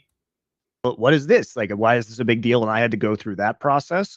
But what was your take on the initial reaction and then the Carlos's follow-up? Yeah, I mean, there's a lot here. I think when I first look at this, the first thing I think is really about like the cost benefit analysis of posting something like this, like, and kind of interrogating like what is the reason and what is the mindset for posting content with someone who is so incredibly radioactive. Because it's one thing for them to be friends offline and to have a relationship one-on-one, not saying it's right or wrong or anything other than that. It's just like that exists, and then there's a choice to publicize that relationship, and that's where it falls apart for me. Like, I just generally feel like very, very perplexed by making the decision to like publicly declare any sort of association with someone like Andrew Tate. You know, I tweeted yesterday something basically to the effect of like, if I went to a restaurant and I ran into the Tate brothers, I would be embarrassed that I chose the same place. So like, the idea. Right. Listen, I'm sure their views on food don't have to comply with misogyny. They might just like really nice food as well. No, on like their views being See the ridiculousness right there? That's how you. That's that turn is quick. What people do, that goalpost moving. Woo! You see how ridiculous that sounds? Because they're there eating food. You can have your. If I saw Donald Trump, I would say hi. That's it, and keep it moving. I might not Donald agree Trump, with that. yeah. I'll Donald just be Trump like, sitting hey, down in the diner, hanging out with his family, like, oh, what's up, dude? That's it. That's it. That's it. I might not agree with him, but I might keep it moving. What does him eating there if you came? You see, that's what I'm saying. You're gonna get into this mob and policing mentality, and who are you to tell people what to do? Granted, CEO, okay, but like Thorin said, there was no reports about. Well, we'll continue the video, then I'll roast this woman. Okay. Like, they're also just so embarrassing. Not to be seen in the same place. Yes, it's right. Like so goofy and so embarrassing. And to your point about like you don't know who you're vouching for, I'm like, how are so many people choosing to die on the hill of this particular man? Like, it doesn't. Lost boys. Yeah, it doesn't make a lot of sense. By the way, as a quick aside, do you want to know something funny? Because this will come up later in the episode. Do you know within the same week, Carlos posted a different picture and there was no furore? Do you know who it was with? It was with people who actually are like, there's some sorts of like businessmen from the Middle East who, in theory, it's implicated would be involved with much, much worse things than Andrew Tate. But I will say, I noticed no one in esports said, get them out of esports. How dare you? Amazing, right? Maybe that one never came up. That's why I just say, if we're going to make it like this, hard and fast lines, well, then the hard and fast lines. I love hypocrisy from esports people. That exactly is what I said. This is why I said. This is why I brought up the TSM example. Why don't the TSM fans campaign for Reginald to be removed as CEO, knowing all the bad shit he's did? I've said that he should step down and step away for a bit. Yeah, you don't have a bunch of the esport fans from North America going, Reginald's a piece of shit. Get this guy off being CEO. Cancel this man. None of that.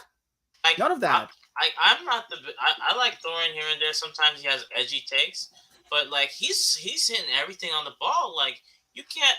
If you see him associated with some Saudi Arabia guys, then come on, like if you're gonna call, like I said, with you, if you're gonna call a spade, you better call it out, and it's just convenient for people. But continue, let this woman continue talking. Lines, they can't just be moved as we choose. Like we're gonna have the line. I'm with you guys. If you want the line, make the line, but let's hold the line. Let's not let people walk over because they're a bit richer, you know.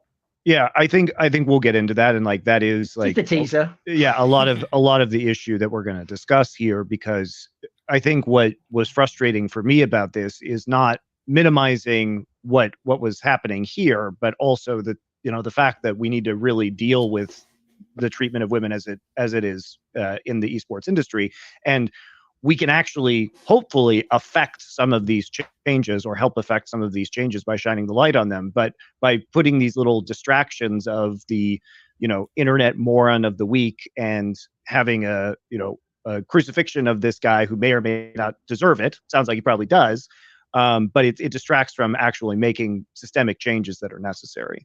So when you look at this from an agency perspective, Lauren, like, what do you think the knock-on effect of this is going to be for G2? Because I think that's going to be a major conversation.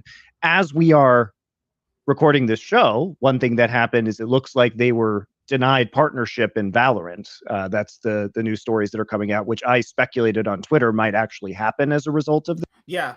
I'm not in the Valorant scene, guys. As you guys know, I've not really played or have been interested in Valorant, but I did hear recently that they were denied Valorant partnership. They were denied getting to a Valorant esports like LCS system because of the video with Andrew Tate. That is ridiculous. I'm so sorry. That's G2 has so many fans. Or is that Valorant org? Is it the Valorant like LCS style shit they're trying to do? Is the person running that really thinking logically? Are you sure you don't want G2, one of the most popular Western esports organizations, a part of your league? Is that really something you want to stand by? That sounds kind of stupid to me. That sounds like a fat L right there. Are you sure the teams you brought in have enough leeway and fan base to... Okay. Stupid people, motherfuckers, man. This.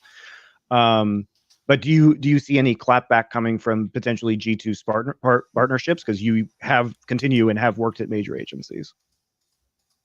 Yeah, I mean, I think, you know, the third step of his friendship with Andrew Tate existing, him posting content about it, the third step in that is bringing the G2 brand into the tweet. It wasn't just, I was partying with Andrew Tate this weekend. Like, the verbiage of the tweet explicitly says, yesterday we celebrated G2's world championship, which I think, like, then again, like, brings the association back to somebody who's associated with the organization. And so, you know, listen, you know, esports teams, many of them, and you look at, you know, 100 Thieves and how closely that brand is tied to Nadeshot's personality, and you look at, you know, something, you know, there are many examples across the industry of the founder, because these companies, you know, in a lot of cases started really small, the character and personality of that person really starts to inform the DNA of the brand and really starts to kind of shape what that brand looks like as it gets bigger and bigger. And I think Carlos has really strongly influenced what the G2 brand has become. And he's so strongly associated with the G2 brand in a way that, you know, I would argue like 100 Thieves and Nadeshot are no longer like this in the way that I think G2 and Carlos still remain. Okay, I wouldn't go that far. Because things blow over all the time. I'm sorry. This woman is being hyperbolic in the most.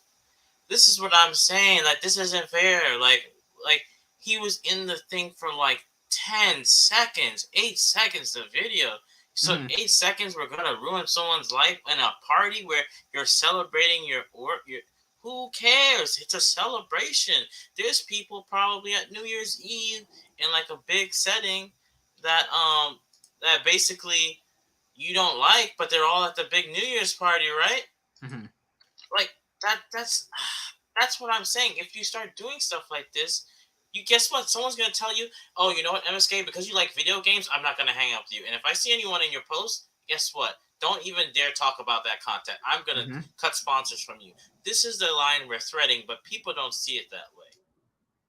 Yeah, like it's one of these things where I think what she means is like now people are not going to see Carlos in the same vein as G2, which I think is hyperbolic in the sense of like things pass over, you know? Oh, over time, people won't forget completely, but over time, things just kind of, there's going to be another big, guys, don't get it twisted. There's another big thing that will happen in the esport thing. It always is a thing. There will be another big esports controversial thing that'll happen. And people will kind of just go like, remember when Carlos did that thing with Andrew Tate? Yeah, it's going to be that kind of thing. Now, I'm not going to watch the whole video, obviously. I'm going to get to this part of it because this misogyny and esports kind of thing, like, it's a very, very interesting thing to go over for a lot of you guys. Okay, but then the fucking YouTube ads. Kind of fraudulent because there was some collusion going on between Riot and... the Serpent Queen. That is ridiculous. That looks like that's like shit. What the fuck made this series? And the government, right? To set a lower price point for the fine. And later that was, I believe. I think the original settlement, they were angling for about $10 million originally. And then the Department of Fair Employment and Housing in California got wind of that. And it's been a long time since I covered this story. Obviously, it was 2018. So apologies if some of the details are sketchy. But yeah, basically, they had back-channeled to the law firm to essentially get a lower payout. This is what I mean about Riot and their lip service. They don't give a fuck. They have no values as a company. So a judge then later found that there had been some level of illicit collusion, and then that figure went up to $100 million, which was then paid out in various proportions to female employees at Riot. And so what I found very frustrating about the story stops there, Monty. That's it. They just paid some money out. There wasn't these are the culture leaders. Yeah, go on. No. I got this one, man. Like here was my frustration is if we want to have a conversation about holding people accountable for being adjacent to people who have espoused misogynist beliefs or taken misogynist actions, the biggest issue is that in the heat of this $100 million fine and Riot admitting that they created this culture within the company, exactly 0 executives from Riot were terminated as a result of this scandal. I am unaware of any other corporate scandal of this scale that resulted in 0 terminations of the people. They also didn't terminate the guy that farted in that girl's face either. He had to take classes on how to be better. Bro, I was at a party and I got like Riot, what is wrong with you? Well, listen, I was at a party and a guy farted in my face. All I did was get the fuck up and move. Boo-hoo. Guys do dumb shit. Holy shit. I'm sorry. Like, I could understand if he put his wanker in your face, but he farted.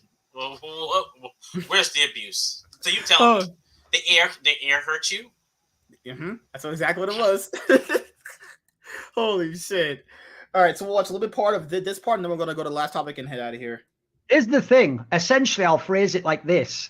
People are outraged by ideas Andrew Tate expressed publicly. That was especially it. People are more outraged by the line that said women are property or whatever than they are actually about whatever may have happened with his past and did he get involved in this? Was the trafficking case real? They're more outraged by the statement, right? The implication of what the idea means.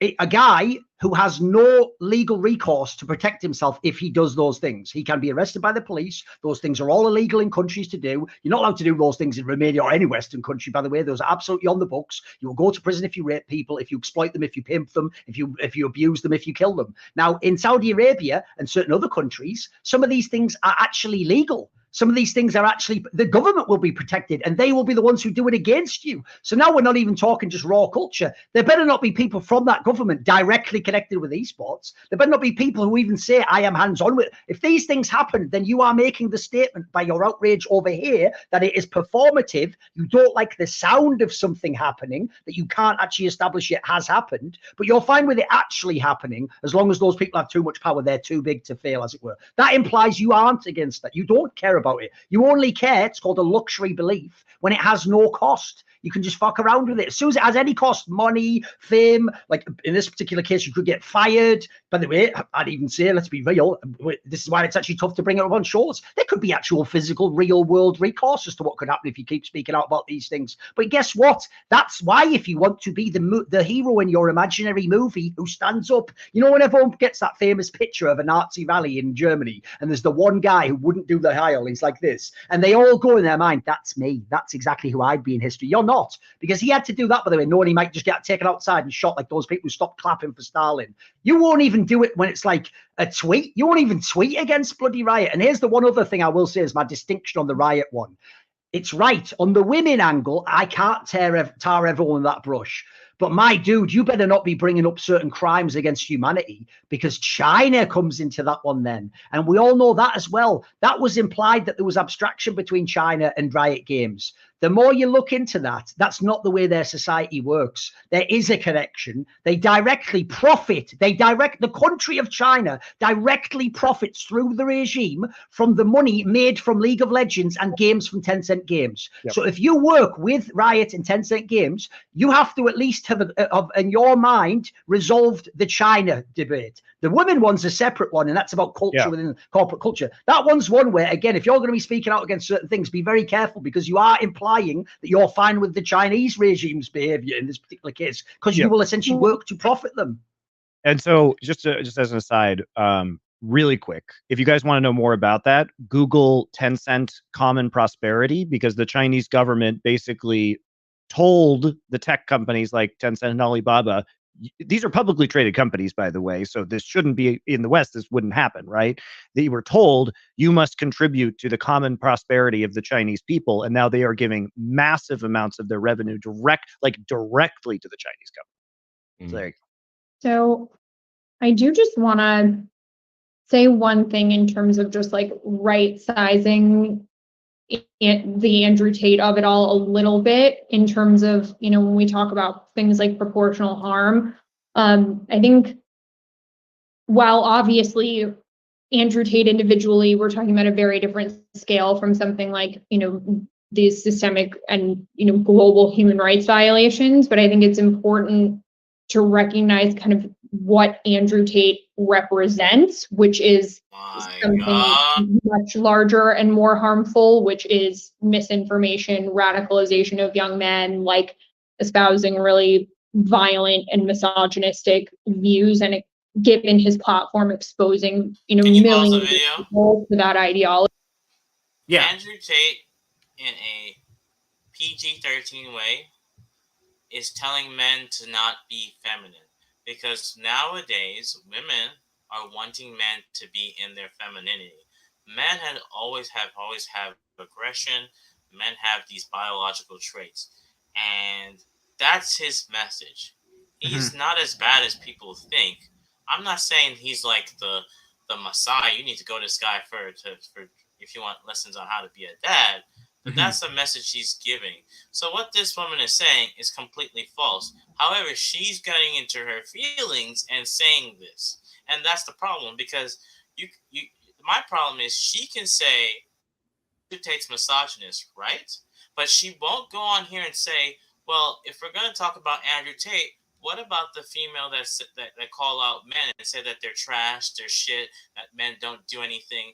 So you're going to label all men, even though there's good men out there? That's my thing about this hypocrisy, but you can't do that. So whatever, she has her freedom of speech, but that's a complete blatant lie. I mean, I wasn't exposed to it before, so yeah. I mean, you know, deplatforming certainly can have that effect. But I think, saying, like, I as far as like what the effect of this was, I didn't know who he was until this Carlos thing happened. You know what I mean? Yes, but you're certainly familiar with, you know, people being radicalized by, you know, right. as my point is that this actually helps, at least in my case, somebody who didn't know about him. Now I know about him. Right. But yeah, I did that was a random aside, but wanted No, I get it. I mean, my respectfully, I disagree. I think there is something far more malignant about regimes that essentially pay to rebuild reality around useful idiots that take that money than there is this American hysteria, particularly an American hysteria, about misinformation and potential radicalization, which when you actually look at the numbers, it's not really happening. In fact, if you want an argument for how the system actually doesn't do what a lot of Americans claim it does, you simply have to look at how far Andrew Tate got as a fucking, you know, influencer phenomenon before he got completely deplatformed and essentially unpersoned. And indeed, the outrage we're discussing today shows he's not welcome in esports. His belief system is widely, resoundingly rejected. And eventually he will fade out of memory, and there will be another manosphere loser to take his place ad infinitum, ad nauseum, because we never actually... the manosphere Hydra cannot be killed. Exactly. Because This is what people need to understand. Even with someone like Andrew Tate, whether or not you agree or disagree with him, there's people out there that think exactly like him. He was just one of the guys that spoke up about that shit. Right. There's women. Plenty of people that think the way he does. I guarantee it. Yeah, there's women that actually advocate for men to be men, and not to get all this constant abuse and how they're bad.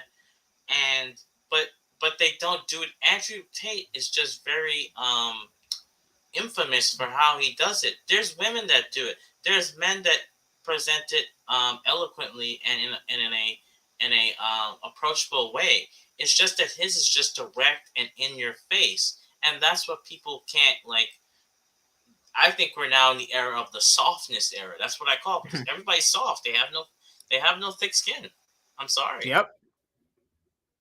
We never actually sit down and challenge the ideas. We just push people into the fucking shadows. But yeah, I again, you know, I mean, everyone's entitled to their opinion, Lawrence. I hope you don't think I'm being disrespectful right now. But again, all due respect, I think there is something far more insidious about entities that have the money to essentially be able to say to someone who knows what the truth is, knows what reality is, knows what strong ethics are, knows what morality is, and says, even though you know all these things, I'm going to give you life-changing money, and you will turn a blind eye to all of the things you know to be evil and wrong in the world. That's a type of malevolence that you can't even combat with deplatforming. No one's willing to do it. The tech companies take that money every single day.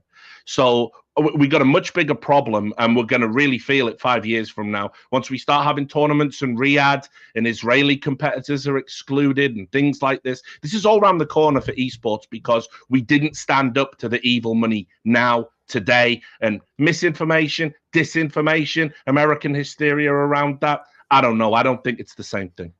To be 100% clear, like, so my position on this is not misinterpreted.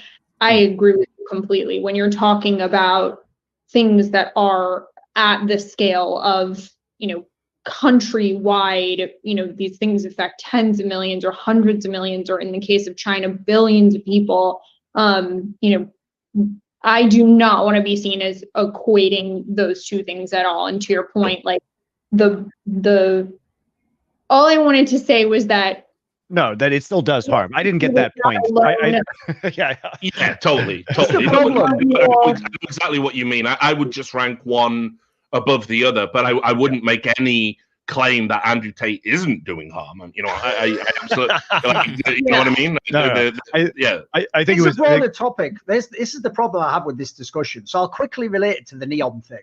The Neon thing had loads of people come out against the Neon thing. And if people don't know, it wasn't just in League of Legends and LEC. It happened with Blast in CSGO as well. And what they did is they sent the message, same thing. These people are terrible, human rights violations, and they do not belong in esports. In fact, by the way, people might not know this, Carlos and G2 themselves did that. They also came out and said, I would never take the money from these sorts of people. By the way, that's a rare occasion of when you'd actually want an owner who can be hands-on and just say anything he wants in a tweet and potentially be held to it. And if you don't know, behind the scenes, G2 and other teams in CSGO did push back. It wasn't just talent like in LEC. The teams amazing, right?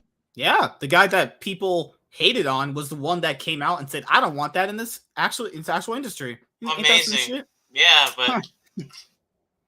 Like, now we're getting taught up and all this, and we're suddenly complicit. But here's the problem. When everyone did that, they sent the message, Saudi Arabia money not welcome in eSport. And then what happened was they came and said, how about we put a few more zeros on? And then everyone went, and everything's cool. And so here's the question I have, right? There's two ways you can... Everyone has their price. That's how I interpret that. Go here. I've got two lines for you. One goes like this.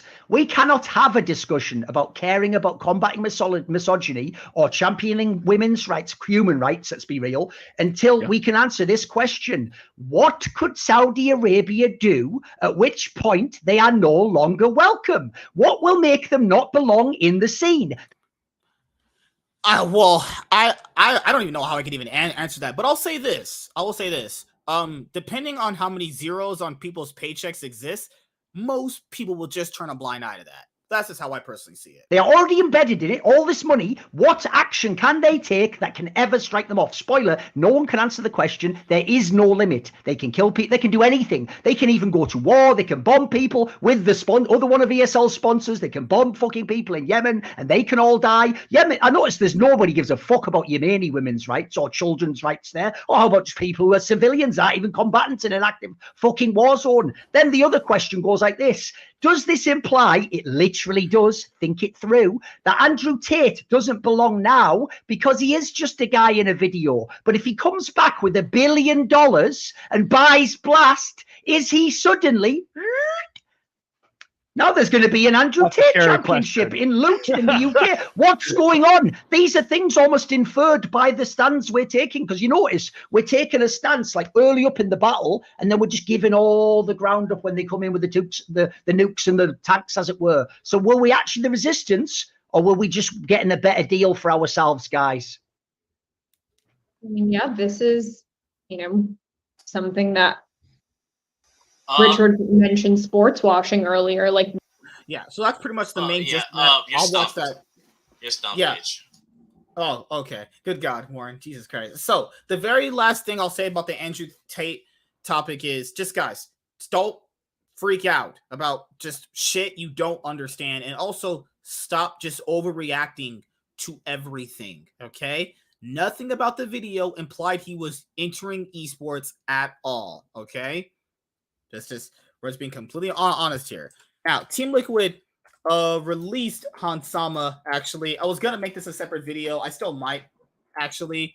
But Hansama is no longer on Team Liquid. I'm pretty sure a lot of people already knew that. Team Liquid had their super team, and they failed to make the 2022 World Championship. They didn't win a single title this year for the LCS either. And I'm pretty sure you could also understand that is not gonna go very well with people that invest, into the Team Liquid LCS team, actually, or investors of Team Liquid. Buipo definitely was not on par with what they thought he was gonna bring.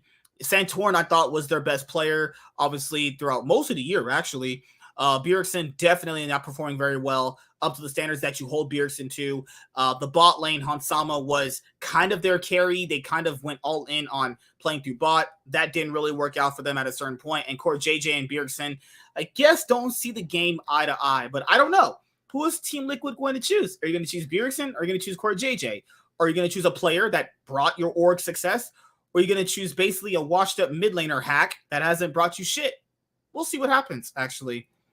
But yeah, Hansama is confirmed leaving Team Liquid. There's rumors of him joining K-Corp, but that would only work if K-Corp could buy a slot in the LEC. Either they're going to buy potentially, the only other two slots would be maybe Astralis if they want to sell, or SK Gaming if they want to sell, personally. That's the only two slots that I could think of.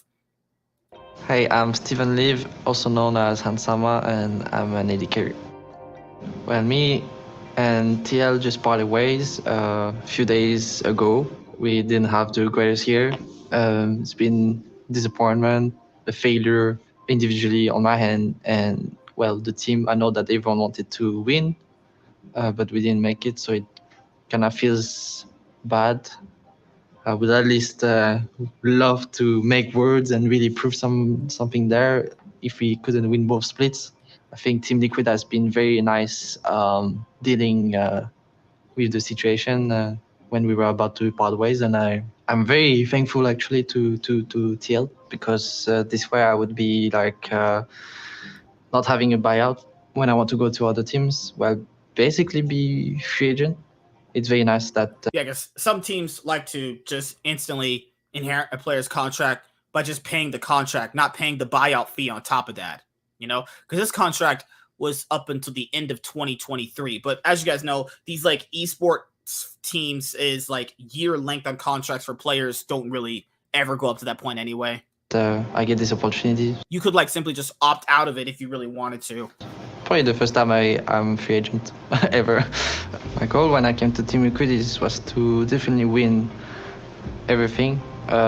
Spring, summer, and go to Worlds and make a really nice Worlds with TL. I had a super high expectation, I would say. So the pressure became higher then as well. I felt like I needed to win every game, and when we lose some games, it would be harder to process. I was not using the recipe that works for me. I think I kind of crumbled in the mental game.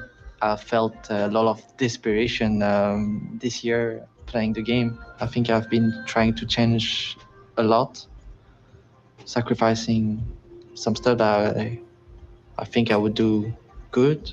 I think it's good to sacrifice some stuff sometimes, but the way I've been doing it was pretty unhealthy. He basically meant, I wasn't putting on my big boy carry pants to carry this team. Yeah, that's pretty much it. But yeah, Warren, what do you think about Hansama leaving Team Liquid before we head out of here? Actually, I hope he did. I mean, I think he should have stayed in EU. I understand on paper.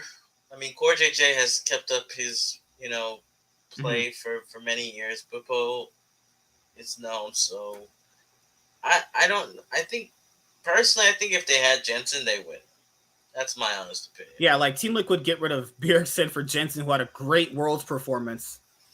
I don't know why, but it always, like, at best, it was a side grade. At best. It's like, why were you paying that much? Why would you switch that up for a side grade? It's like, what the hell? And then Core JJ hadn't been playing that. Like, the fact that Core JJ was playing well with Tactical of all people, him and Hansama never really had that type of bot lane dominance that you thought they were actually going to end up having, which is really concerning, actually. Maybe it's Team Liquid management. Maybe it's coaching. I really don't know what it is, honestly. It's always something. It's never just one thing exactly, But that is it, guys, for this week's episode of the Cloud9 podcast. The World's 2022 icons and emotes should be on the client, they said, very soon, so I can't wait to always get those. I always get the ones from my favorite teams. This is the first year since 2018 that all of the teams that I support in League are going to be at the same World Championship. Whew, it's going to be a banger, actually. Give me a second here. When is World starting? World's 2022 start date. It's not this week, but the next week, I'm pretty sure. Yeah, it starts on the 29th. The 29th is Thursday. Yeah, so it starts not this Thursday, but the next Thursday. So that's good. It's going to be awesome to have Worlds come up around. We're going to do an episode of the Cloud9 podcast next week, talking about kind of like our thoughts and predictions for Worlds 2022. Actually, talking about the teams, NA's chances, EU's chances. Can the LCK finally win against the LPL? And they've been losing against the LPL a lot recently when it comes to international competition. Talking about that. Talking about the LPL, LEC, LCS, and LCK.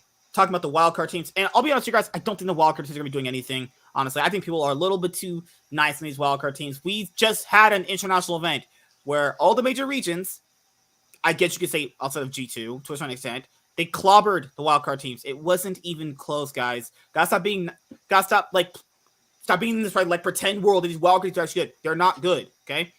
EG completely dominated most of them. Evil Geniuses, who is now coming in as a third seed, completely dominated the wildcard teams. Well, not only did T1 and not only did RNG. Like, we gotta stop being a little nice on these wildcard teams. They're not good.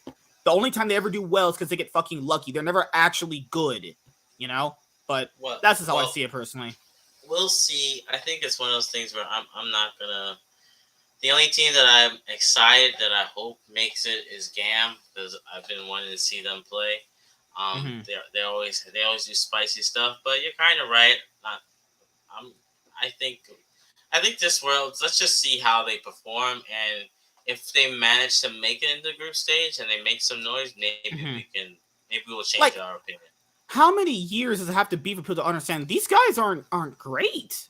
They're not even considered good. They're just bad. They're just legitimately fucking awful to a certain extent. Like, how many more years are we gonna have a World to go? Okay, wild cards this year's gonna do it, and they you've had the few little mini upsets, but you knew those teams weren't good. You knew it was because the better teams were not playing as good. You knew it was. You knew they weren't gonna go far, and I've never been on this like wildcard teams will do it this year. It's like, no, I've always been off that shit. I saw that shit, on the fucking wall years ago. But that's just me personally. Anything you got going on, man? Gonna start that LPL channel? going into next year, right? With a better schedule now, most likely once a week, probably. Oh, okay. I know you guys like Valorant and shit. Here are the Valorant partner teams. So you know how they were just talking about G2 not getting accepted into Valorant. Actually, here are your Valorant teams right here. Here you go. Here are your Valorant teams. No sign of G2. Wow.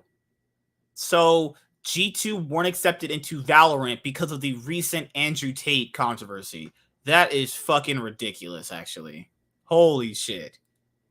I mean, I don't know what teams are going to be doing if they weren't going to be accepted into Valorant. Maybe they still might field a team for that. Maybe they don't. I just think it's a mistake of who's ever running this like franchise partnership Valorant, whatever it's going to be called, to not have G2 in it.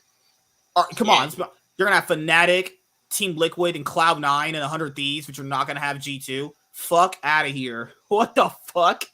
Yeah, but you can't.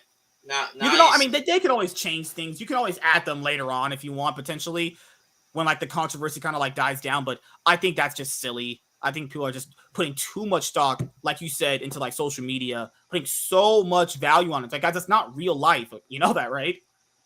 Yeah, Dan. This is where we're at in society, where outcry is now policing from the mob instead of actual evidence, proof, and things being verified. But you can't speak out against it because then you're labeled the bad guy.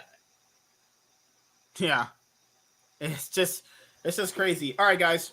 Next week, Cloud9 podcast, 3 p.m. PST, talking about LCS, LEC, LPL, LCK teams.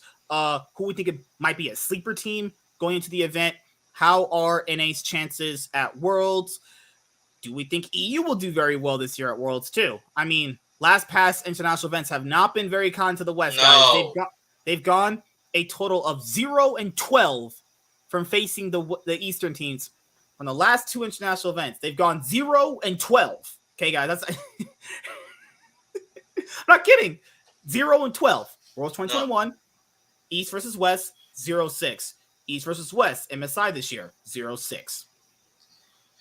Don't say that, because people are gonna be like, oh well, EU made the finals in 2019. And come on, stop it.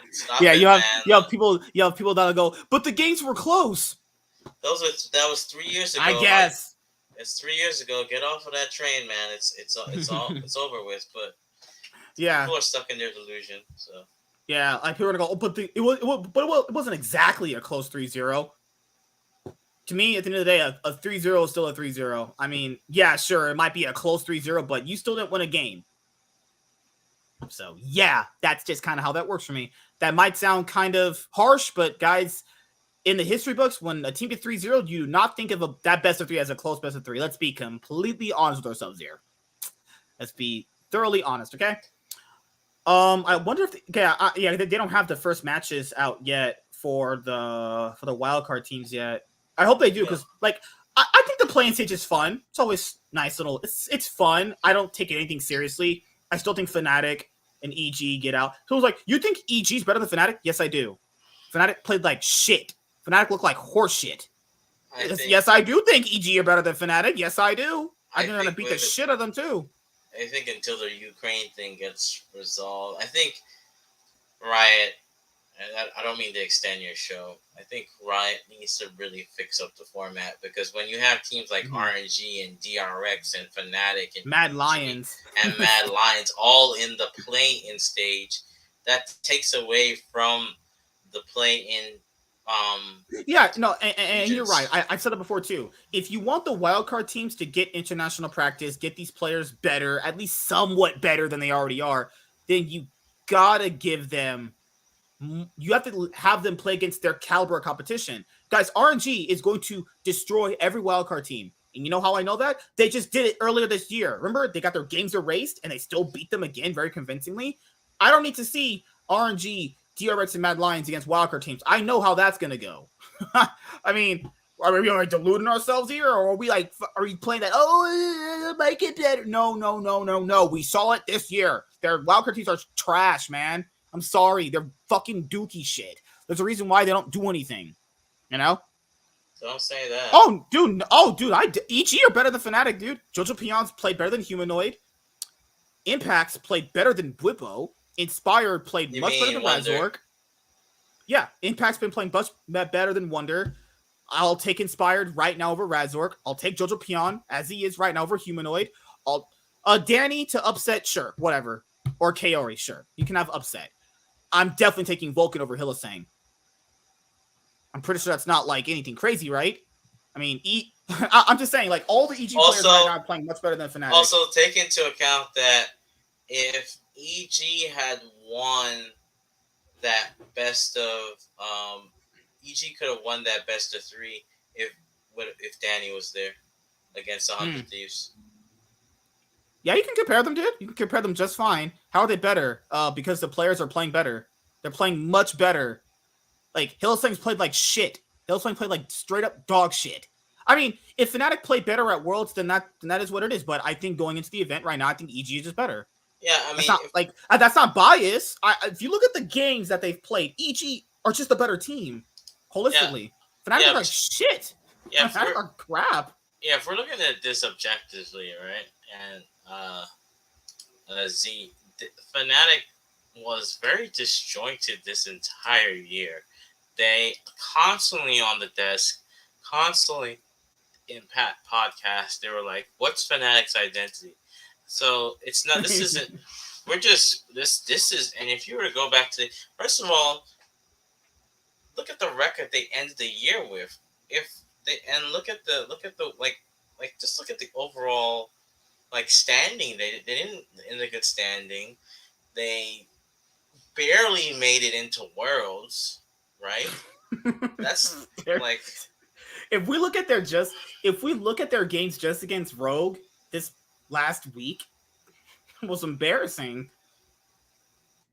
I want Fnatic to get their shit together, and I want them to play well, but as of right now, from how I'm seeing it, they're just not that good. Maybe they might. That's why I think Fnatic need the playing stage to kind of scale up with the event itself. And I like the playing stage because you have teams like EG, Fnatic, and Mad Lions who might need the playing stage to kind of scale up with the event. I think that's fine. But if I'm looking at them objectively right now, Fnatic are going to get out of the group. Whether they get out first or second, we know they're going to get out. They're not shitty compared to like wildcard teams. Yeah, they're definitely going to get out over them. But how's your trading going for this week? You mean the heck? All right, guys. See you next Wednesday, 3 p.m. PST. I'll have more videos dropping for you guys. If there's any roster news or anything newsworthy to talk about, that'll be in video form. Make sure you guys hit the subscribe button if you haven't. Like the stream on the replay. See you guys later. Peace.